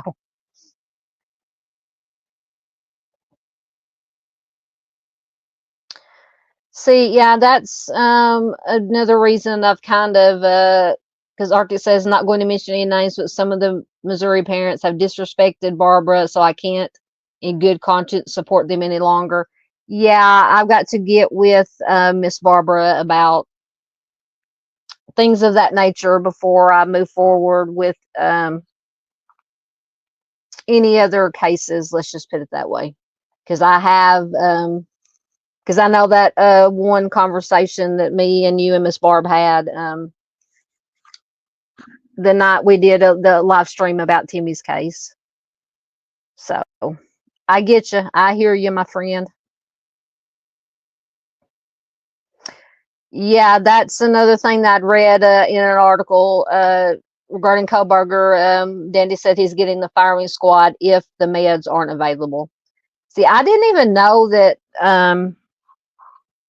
that they even did firing squads anymore. I thought it was just a lethal injection for the most part. But then there's that whole thing, like Dandy said, something about the meds. They don't let them do the some states. I think some states don't do the lethal injection anymore because something about the meds that they use. I just I don't understand all of it. I mean, I don't know what it is, if they just can't get the meds or if it's something about the meds that they say don't work and that it makes it cruel and unusual punishment to do. I don't know. It's yes, we're still on jury watch in Delphi. Apparently, I guess the jury will be going back into. Let me stop sharing that and put Marissa back up. They'll be going back into deliberations tomorrow, I'm assuming. Yes, I heard about that on the news. Paula said they arrested 3 people in Liam Payne's death, and that is the One Direction singer. Let me see if I can find, because I don't exactly understand, because I was just kind of working on something while I was listening to the news, and I didn't really can't type, understand what they were charged with. Oh my goodness. Can't type, and I took let me see if I can find anything.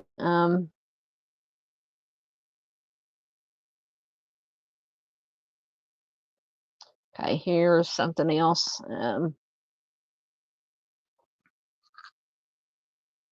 It'll come up.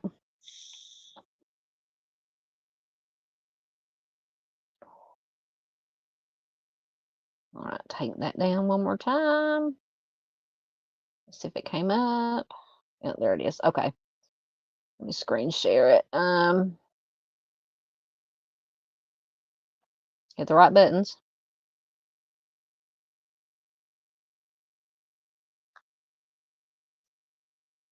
See how long it takes it to come up? There we go.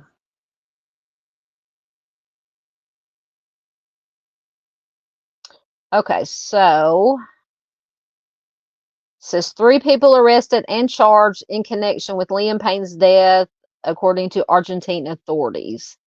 The former One Direction singer fell to his death from a Buenos Aires balcony on October 16th. 3 people were charged in relation with the death of singer Liam Payne, Argentina's public prosecutor said Thursday. The prosecutor's statement said that during the investigation, a quote, illicit conduct was discovered from which 3 people were charged with the crimes of abandonment of a person followed by death, supply and facilitation of narcotics. Okay. Payne, a former member of One Direction, fell from the balcony of a Buenos Aires hotel on October 16th. Someone who was with Payne daily while he was in Buenos Aires is charged with abandoning a person following death. A prosecutor, Andres Madra's statement said, and there's a picture of the scene. A hotel employee is accused of supplying Payne with, you can read there, a substance twice while he stayed at the hotel, the statement said, and a third person is accused of supplying him to him twice during his stay on October 14th. They are both charged with 2 acts of supplying narcotics. A toxicology report showed that in less 72 hours before he passed, he had alcohol, substances, prescription, antidepressants in his system. The prosecutor's statement made no reference to I don't know what pink cocaine. I don't know what that is. Which ABC News citing sources had reported he had in his system when he passed. Payne reportedly had a recreational substance that is typically made up of a bunch of different stuff in his system. It says it rarely has a C in it, and the pink comes from food coloring. It says that his death was caused by multiple trauma and internal and external hemorrhage resulting from the fall from the third floor hotel balcony. Forensic doctors who performed the autopsy told prosecutors that his injuries were consistent with a fall from that height, and that self-harm as well as interference from someone else were ruled out. So are they saying that he accidentally fell over? So if they said that it wasn't self-harm and that it wasn't interference from somebody else, that means he accidentally fell over. They added that because Payne, quote, did not adopt a reflex posture to protect himself during the fall, it can be inferred that he may have fallen in a state of semi or total unconsciousness. Throughout the investigation, exhaustive and meticulous actions and measures were taken to clarify the circumstances surrounding the artist's death. Prosecutors heard testimony from several dozen hotel staff members, family members, friends, medical professionals, biochemists, and psychiatrists. Prosecutors also analyzed more than 800 hours of security video from the hotel and public roads, and they looked through the contents of his cell phone. Also, following the investigation, his body was released to his father, Jeff, last weekend. Payne, who shot to fame as a member of the boy band One Direction, was reportedly exhibiting destructive behavior in the hours before he passed. The hotel where he was staying called 911 after he, quote, overindulged in substances and alcohol and was, quote, breaking the whole room. So destroying the room, apparently. The guest is in a room that has a balcony, and, well, we are a little afraid that he might do something life-threatening, the caller said, according to the audio obtained from local media by Telemundo. And it says that Payne was found deceased just minutes after the call was made. So that is a very sad situation, and very, with these three people being charged, obviously, or most likely could have been avoided. Very sad, very sad. I really never listened to One Direction, but I'm trying to think if my oldest niece was a One Direction fan.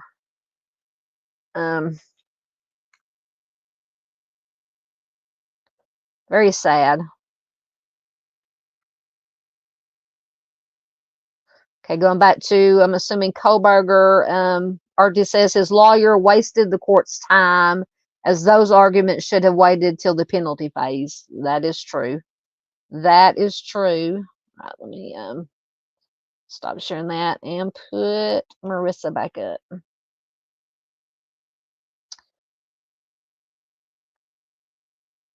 Yes, Paula says it's nice to see that his family is getting closure. Absolutely. Miss Barbara says she likes the judge. Which judge are you talking about? We're talking about so many cases here.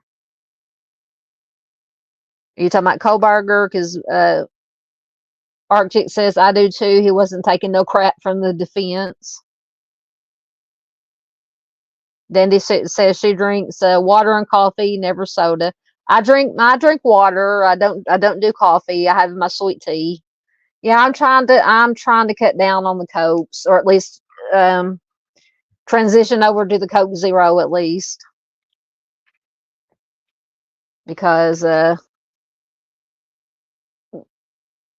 Cokes put on a lot of weight. They have a lot of sugar in them. I'm so bad. I'm addicted to hitting a happy hour at Sonic when you can get a Route 44 for like $1.85. Oh, Arctic says he's addicted to Diet Mountain Dew. I used to drink back 30 years ago. I lived on just regular Mountain Dew. I was working when I was working at the pizza place. I drank a ton of Mountain Dew. Now I could not drink it anymore because I've always heard that Mountain Dew and Dr. Pepper have the most caffeine in it.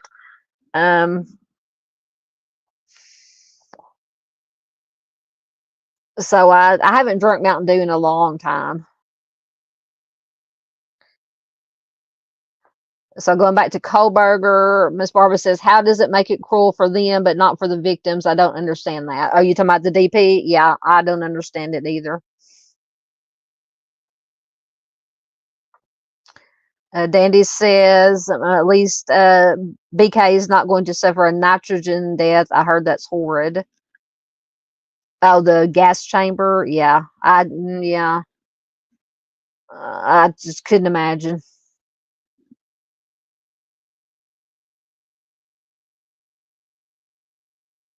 Arctic says that he is still on the fence about BK's guilt. Can't get past roommates supposedly sleeping through 4 people being slaughtered, and also Ethan could easily have overtaken a skinny scrub like Brian, in his opinion.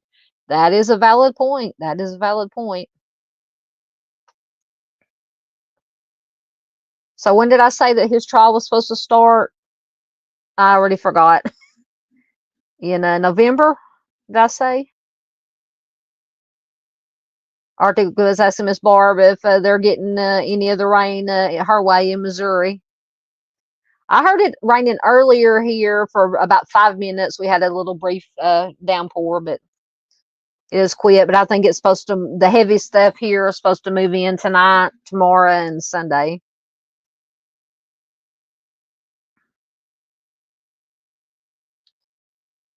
Miss Barb says, I guess we will see. He looks pretty crazy to me. Are you talking about Kohlberger? Yeah, the eyes to me, the eyes. I sound like Mrs. Steve. Look at the eyes. Look at the eyes. Arctic says it's raining again in his part of Arkansas. Paula says she hates coffee. Yeah, I tried coffee. I can't drink coffee. I can't. Can't do it. And my whole family, I grew up with my whole family, the adults drinking coffee, my grandparents, my mom, my dad, aunts, uncles. There was always coffee going.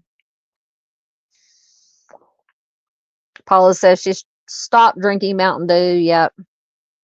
I did too. Yes, Miss Barbara says, yes, those eyes will tell you a lot. Absolutely. I just keep seeing that probably the very first picture that they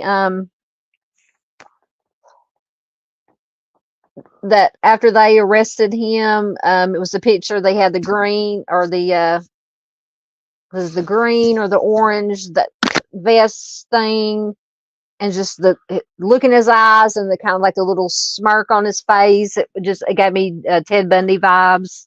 I don't know. It was just very, very creepy. Very creepy.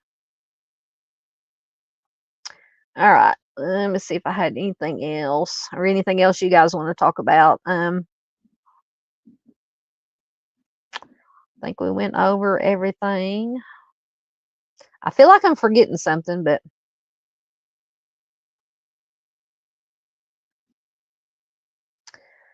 Miss Barbara says, I heard something about him getting into working out all the time, and you'd be surprised at how strong you are when you're working out regularly. That is also a valid point.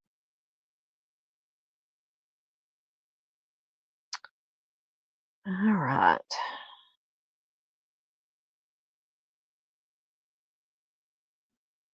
See if there's anything else. I feel like I'm forgetting something, but maybe not. Probably just me. Trying to think of any other cases that have either come to a conclusion lately. We know that Leilani Simon was convicted of little Quentin Simon's homicide. Still, there was another case that finished up here not too long ago, but for the life of me, I cannot think of what it is.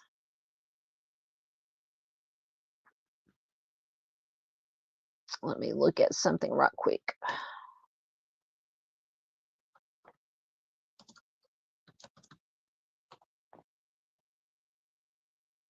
Oh, no. That's not what I want to do. No.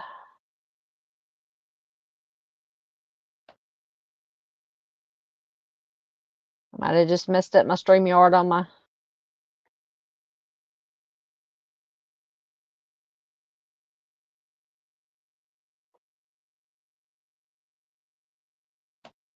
What did I do?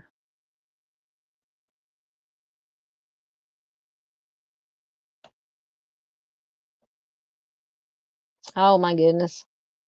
I was on the wrong... Oh no. Cancel. Okay, yes. Cancel that.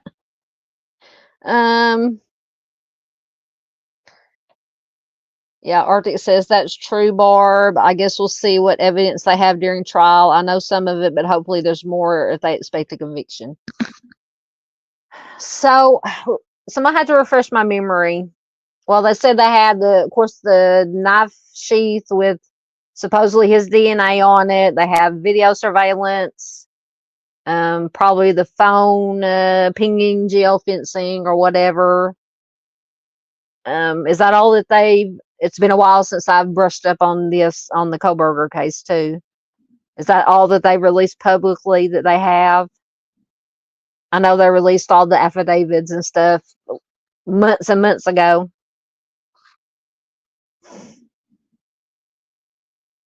All right.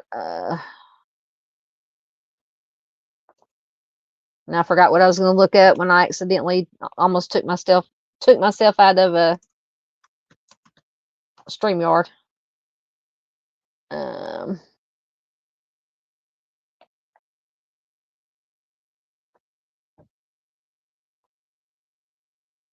Oh goodness, hold on. Oh goodness, that scares me a little bit. Arctic says, I found the perfect desk accessory for you. I'm probably going to order it for next Friday, so be on the lookout for an Amazon package. Okay, thank you so much. I appreciate. I'm a little bit scared and a little bit excited. But thank you, friend. Thank you so much. I will definitely be on the lookout for it for Friday, next Friday. As long as it's not a... Well, I almost said the B word, the boom word. As long as it's not a boom boom. Oh, thank you, my friend. Thank you, my friend. You know I love you. Oh goodness. I'm just looking for any... Still trying to think of that trial.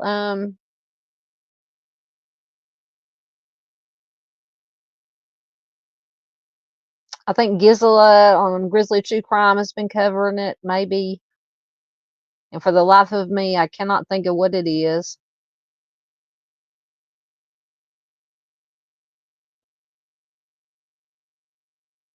Oh, Arctic, and once again, I have forgotten again that documentary on Netflix, Fire, something about fire, that you've told me 20 times the name of it, and I've forgotten it again. So if you can please remind me of it again. Now that I had to finally... I don't know what is going on, but we have a shared account, Netflix account, between me and my brother. And for some reason, I could always bring it up on my phone. It would let me watch it on my phone. But now for some reason, when I tried to log it logged me out of Netflix on my phone, my app on my phone. It logs me in, but it says that my device is not considered in the household of that account. But I have the app, the Netflix app on my TV, and I went in and re-logged in on my TV, and it'll let me watch it on the TV. But after doing all that, I have there it is. Thank you. Into the Fire. I promise I will not ask you again. Thank you. So now I can watch it, since I've figured out I can watch it on my TV app. Oh my goodness.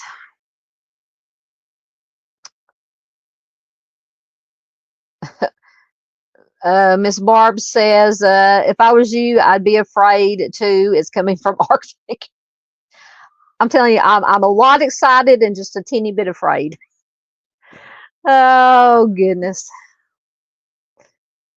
Okay, you even gave me the link to it. Thank you. Into the Fire. All I could ever remember is fire. Sound like a Beavis and Butthead now. Fire, fire, fire. God, it's been so long since I watched Beavis and Butthead. I don't even know. Do they even do new shows of Beavis and Butthead anymore? I watched it back in the 90s or whenever it was on. We watched it. I probably saw every original back in the day episode of Beavis and Butthead like 20 times each. My brothers were, and I was too, obsessed with that and South Park. We watched it all the time. Arctic said it is a very good true crime documentary that he recommends that we watch. That's all I know about it because I kept forgetting the title of it and couldn't watch it. I'll probably watch it tonight. Miss Barb says she wants to see it. I'm trying to think of, it's been so long because I've still got to get on Netflix and watch. I still haven't watched Dahmer. I've got to watch the Menendez brothers one that they've done. It's all done by the same company or the same people. So I've got to watch Dahmer. I've got to watch the Menendez brothers one. And then the season 3 of it is going to be the Ed Gein, about Ed Gein with Charlie Hunnam playing Ed Gein. And then also on Netflix or Hulu one, they're doing the Aaron Hernandez story. I want to watch that. Have not sat down and made time to watch any of those yet. So if anybody has any other recommendations for true crime documentaries that I haven't seen, excuse me, please do throw them in there, and I should have my notepad out to write them down so I won't forget. Charlie Hunnam is playing Ed Gein. I know Charlie Hunnam. I know he's been in other stuff, but I know him. He played Jax on the TV show Sons of Anarchy. It was on back in the 90s, late 90s, early 2000s. That is who is playing Ed Gein, and I love Charlie Hunnam. Trying to think of some other stuff that he was in. Let me look at right quick, and I'll see other things that he's been in. But I loved Sons of Anarchy. If you like drama shows about motorcycle gangs, Charlie Hunnam was in it. Ron Perlman was in it. Katie Sagal was in it. A very good cast was in it. I can spell the name right.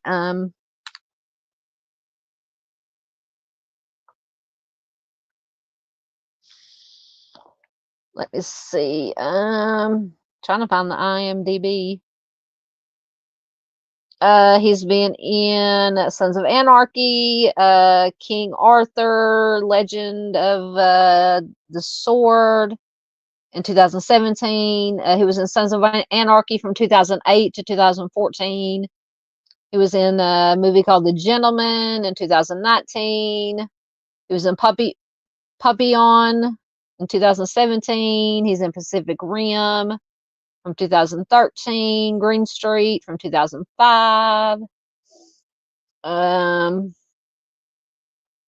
He's been in lots and lots of stuff, but like I said, the last or the first thing that I think the only thing I've ever watched him in is Sons of Anarchy.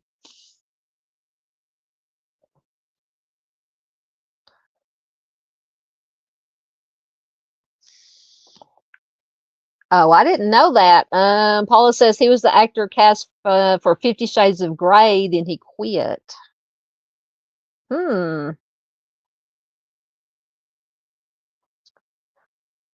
Far says that she's a horror buff. Yes, way to go, sister. But if you want a good laugh, watch Hunt for the Wilder People. I will have to look that up. I'm assuming it's a comedy, or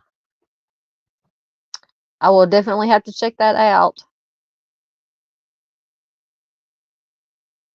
Yeah, I love. I'm a horror. Horror is my favorite genre. As far as books, movies, TV shows, I've always been into horror. Probably since I was too young to be watching horror movies and things of the like.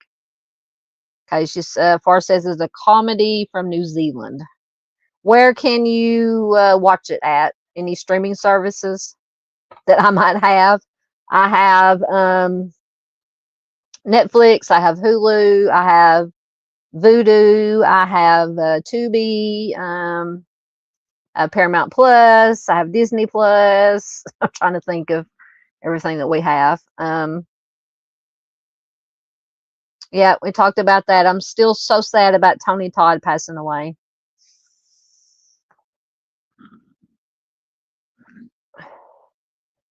Because like I mentioned earlier, when we had the little horror con that came, it's been a while ago. Tony Todd was supposed to be there, but I think he was sick or something, and he had to, pull out of it and couldn't come, so I didn't get to meet Tony Todd. But I met John Berryman. I met that's the actress I was going to look at. The actress who played Linda, the blonde-headed chick in the original Halloween. I met her. Oh my God, what is her name? It's gonna drive me nuts. She was so nice, so nice. Let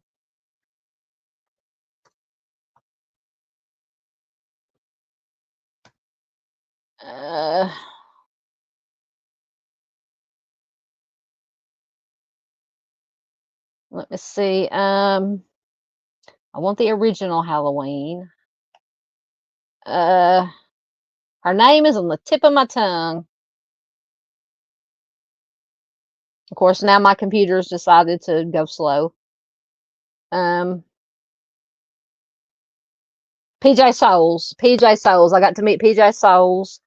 She played Linda in the original Halloween. She was the sweetest, sweetest lady. Michael Berryman was the sweetest gentleman. And I think, I'm trying to remember if Michael Berryman is still alive or if he passed away not too long ago. Michael Berryman, he was in, was it is it The Hills Have Eyes, the original, or, now I'm gonna have to look that up. Michael Berryman is he's in a lot of the Rob Zombie movies, the Firefly movies. What in the world am I doing? Why is that such a long URL? I want to say The Hills Have Eyes. He was in the original.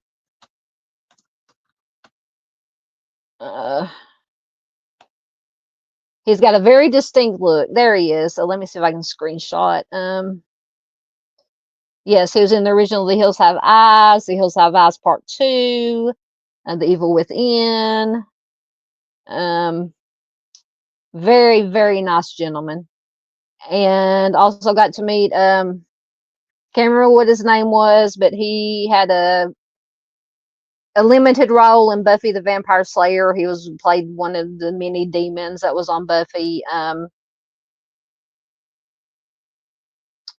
If the line had Linda Blair was also there, who played obviously played a Reagan in The Exorcist. I could have met her, but the line to meet her was outside because it was in one of the community centers in North Little Rock, and I was just using one of the big conference rooms, and the line to meet her was wrapped around the room 3 or 4 times and out the door. There's no way I could have, stood in line that long. But actually, because I went back and forth because we were actually doing a car show also that day, just like maybe a block down from where they were having the horror con.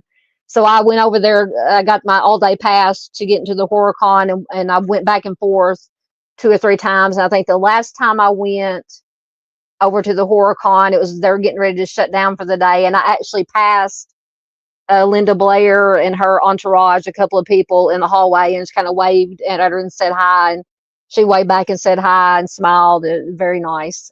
But I didn't actually get to meet her and, get a picture taken or talk to her. It was very cool to get to see her up close, nonetheless. At least for a horror buff like me.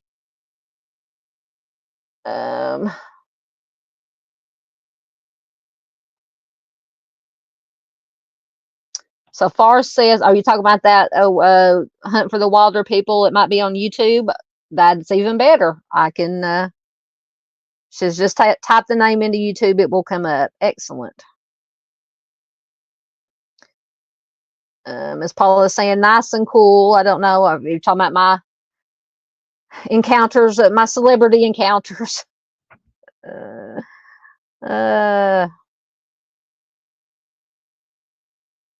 Yes, the hills have eyes is definitely creepy. Definitely creepy. But I like creepy. I like creepy.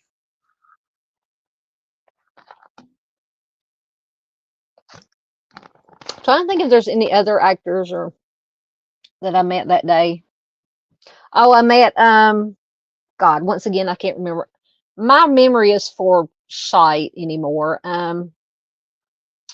The lady, the actress that played Mama Firefly in a House of a Thousand Corpses, and she's been in a bunch of other horror movies. I think it was either her or maybe the one that played Mama Firefly in The Devil's Rejects. Hold on. Let me no, I think it was the one that played her in The Devil's Rejects. Hold on. Come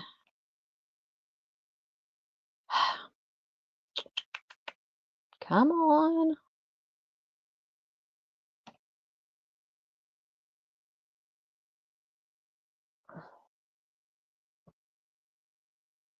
Oh my goodness, nothing will. My computer's slowing down on me. My computer's getting tired. No, Leslie Easterbrook. She played Mama Firefly in The Devil's Rejects. But she's also in a let's see, what is she in?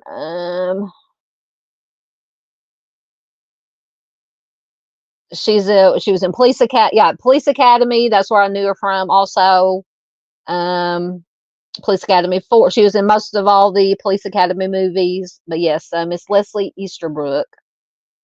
I met her too. Such a nice, sweet, sweet, sweet lady. She was amazing. I think that is all that I met that day. But that was quite a eventful day for me. Love it. All right.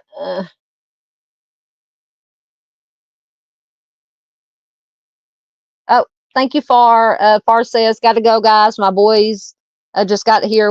We're watching. Rose Red, Stephen King. Now you're talking my language. Thank you, Southern Gal Mods chat. Stay safe, love and light all. Absolutely, Far. Thank you, Far, for being here. We love you. We love you. You have a good time with your boys. Absolutely. Yes, Miss Leslie Easterbrook was in the Police Academy movies. Absolutely.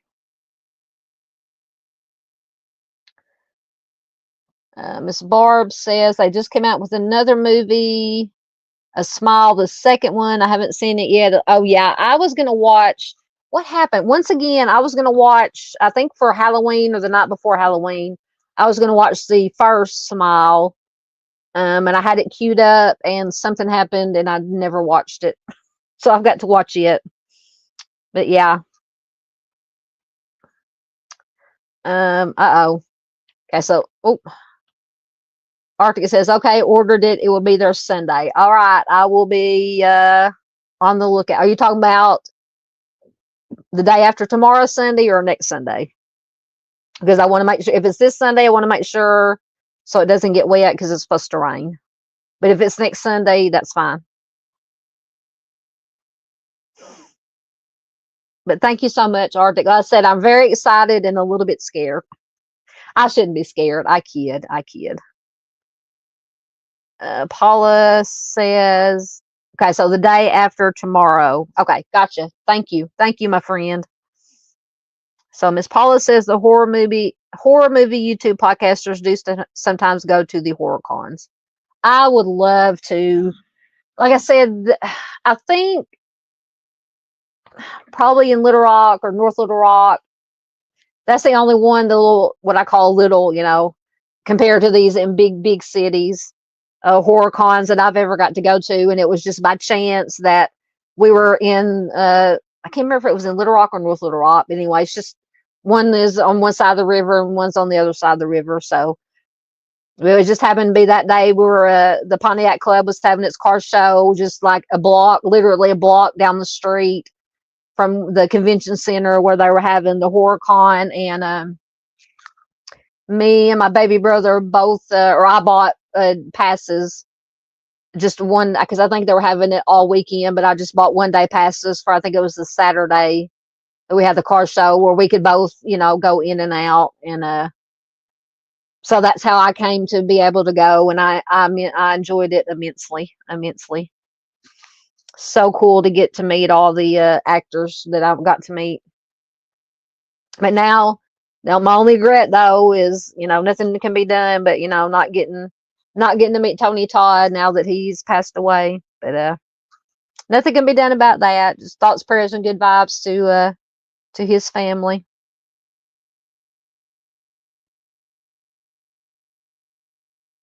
What time is it? 10:30. Right, has anybody got anything else they want to talk about before we get out of here?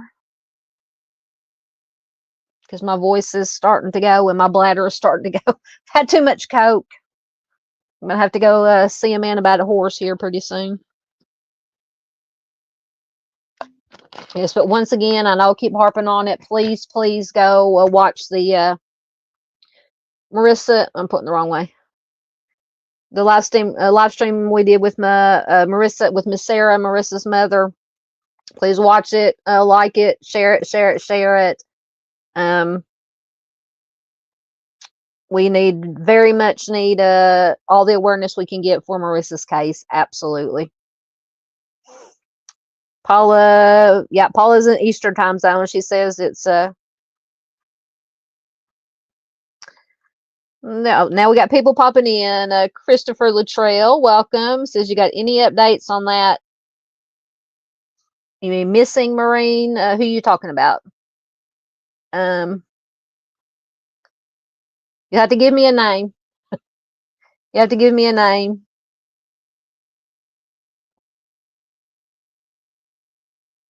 Oh, Arctic is messages to me. I have to look at your message, Arctic, when I get off of here because it's on my phone. And if I try to touch my phone, I'll send this into a dumpster fire. Welcome, Christopher. Good to have you here. Yeah, just give me a name and I'll look and see what who you're talking about.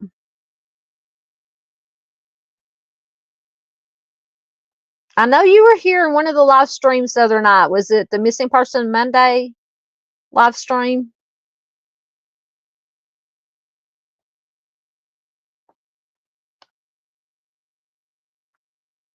Okay, so obviously Arctic is no. Okay, so Arctic says the one missing from Camp Pendleton is still missing.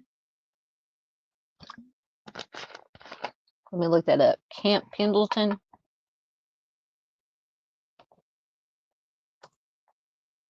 Give me pecking on my keyboard again.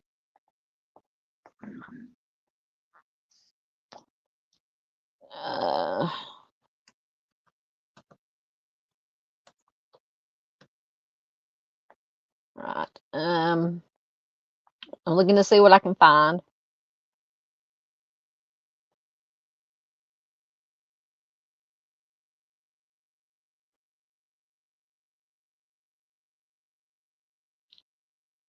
Now there's the only one that's popping up is Bailey Cameron. Hold on. Well, these are from September. I don't know if that's the same one. There's one that says Camp Pendleton Marine.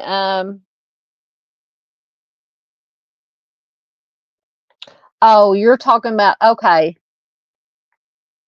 The one I was talking about from Michigan. Okay. Martin Slag, was that his name? I don't know if I have my let me see if I can hold on. Give me a second. I know there's not any updates. But if it's the one that I talked about in the missing person Monday, was that his name, Martin Slag? That's what Arctic said. Let me look it up. Oh, Martin is the one from Camp Pendleton. Okay.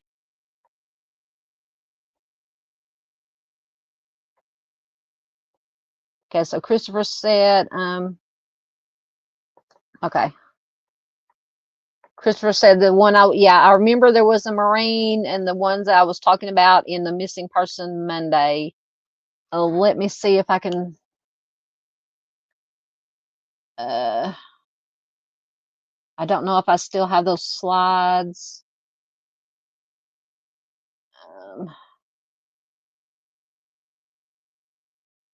Or if I deleted the slideshow.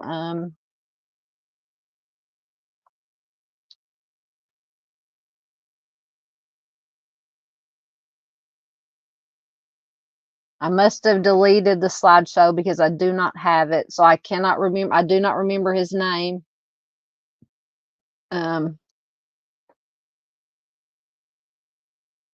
Yeah, if that's the one you're talking about, that's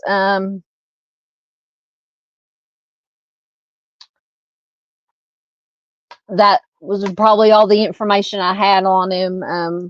Was just the Charlie Project information, and then if I had a supplemental article on him, because those are cold cases that I share on Missing Person Monday. Okay, Arctic says Martin is the one from Camp Pendleton. Is that a newer missing one, Arctic? Okay, Miss Barbara says, wasn't the last name Miller? It could be. Like I said, I've slept or not slept since I did that live stream Monday. But I do remember there was one that was a Marine that was from the Michigan missing from Monday.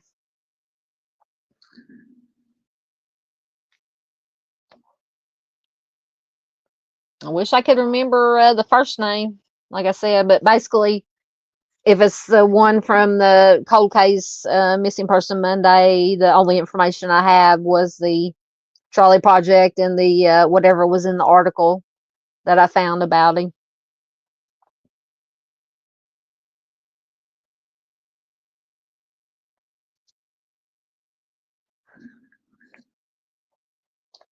Oh, sitting here pushing buttons again. There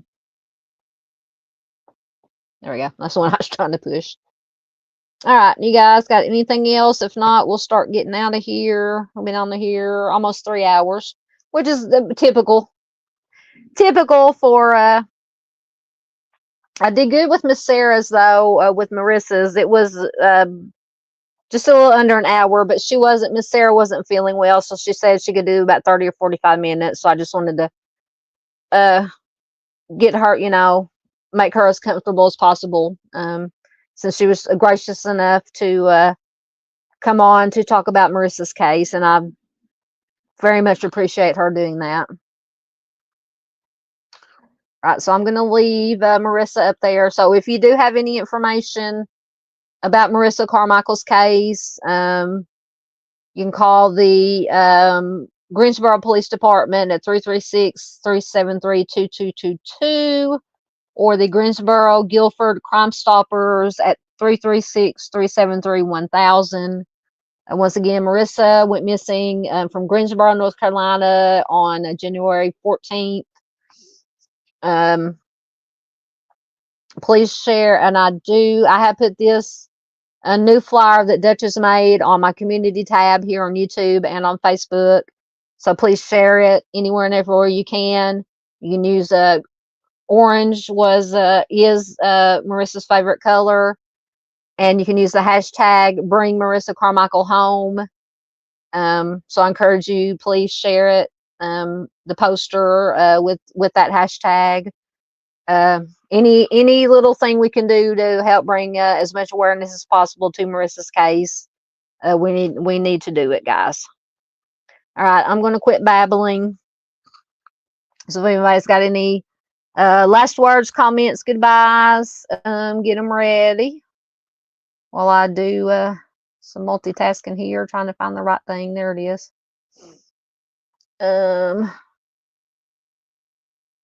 That's one of my favorite colors too, Miss Paula. Miss Paula said purple is her favorite color. Purple is one of my favorite colors. I think my favorite colors change though. I know, but I'm an 80s child, so all bright colors are my colors. Bright purple, bright pink, bright orange, bright yellow, any neon color is my favorite color. But that's just being a child of the 80s. We had back in the 80s, we had all that big hair and neon stuff going on back in the 80s. All right, guys. Thank you so much for being here. Everybody in chat, I appreciate you so much. Thank you to everybody who watched replay. Thank you for all the continued support. Let's see, today is Saturday. So Monday, we will be back. Speaking of Missing Person Monday, we will have our, unless everything goes,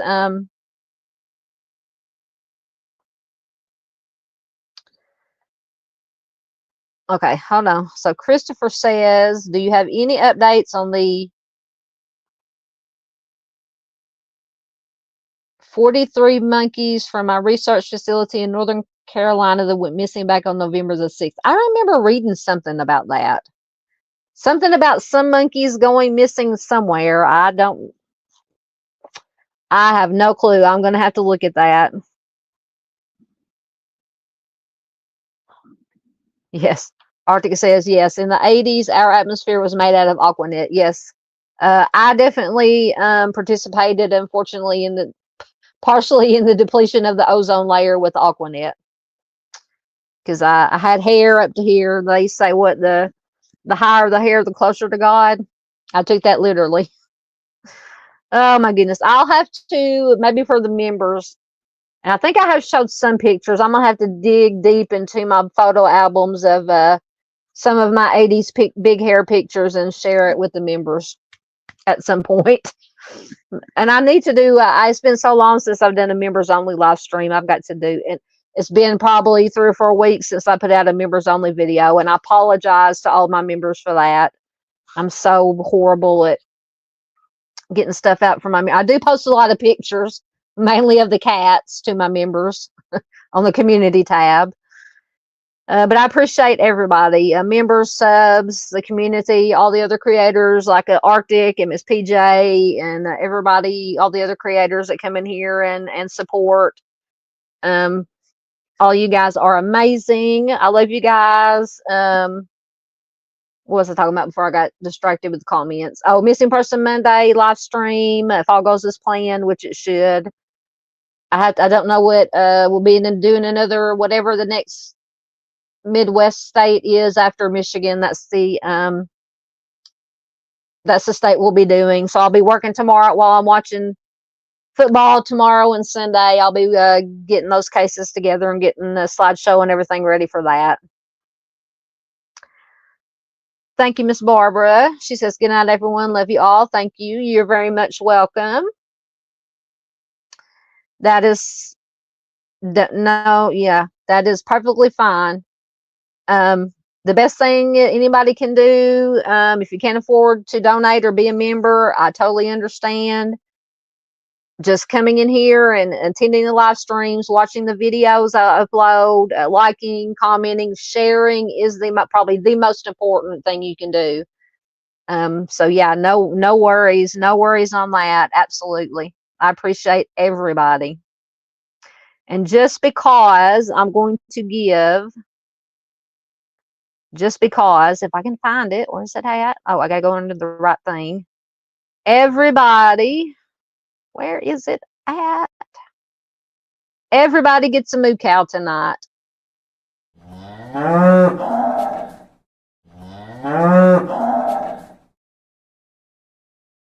That moo cow is for everybody because everybody is important. And I love every one of you guys. I mean that. Absolutely.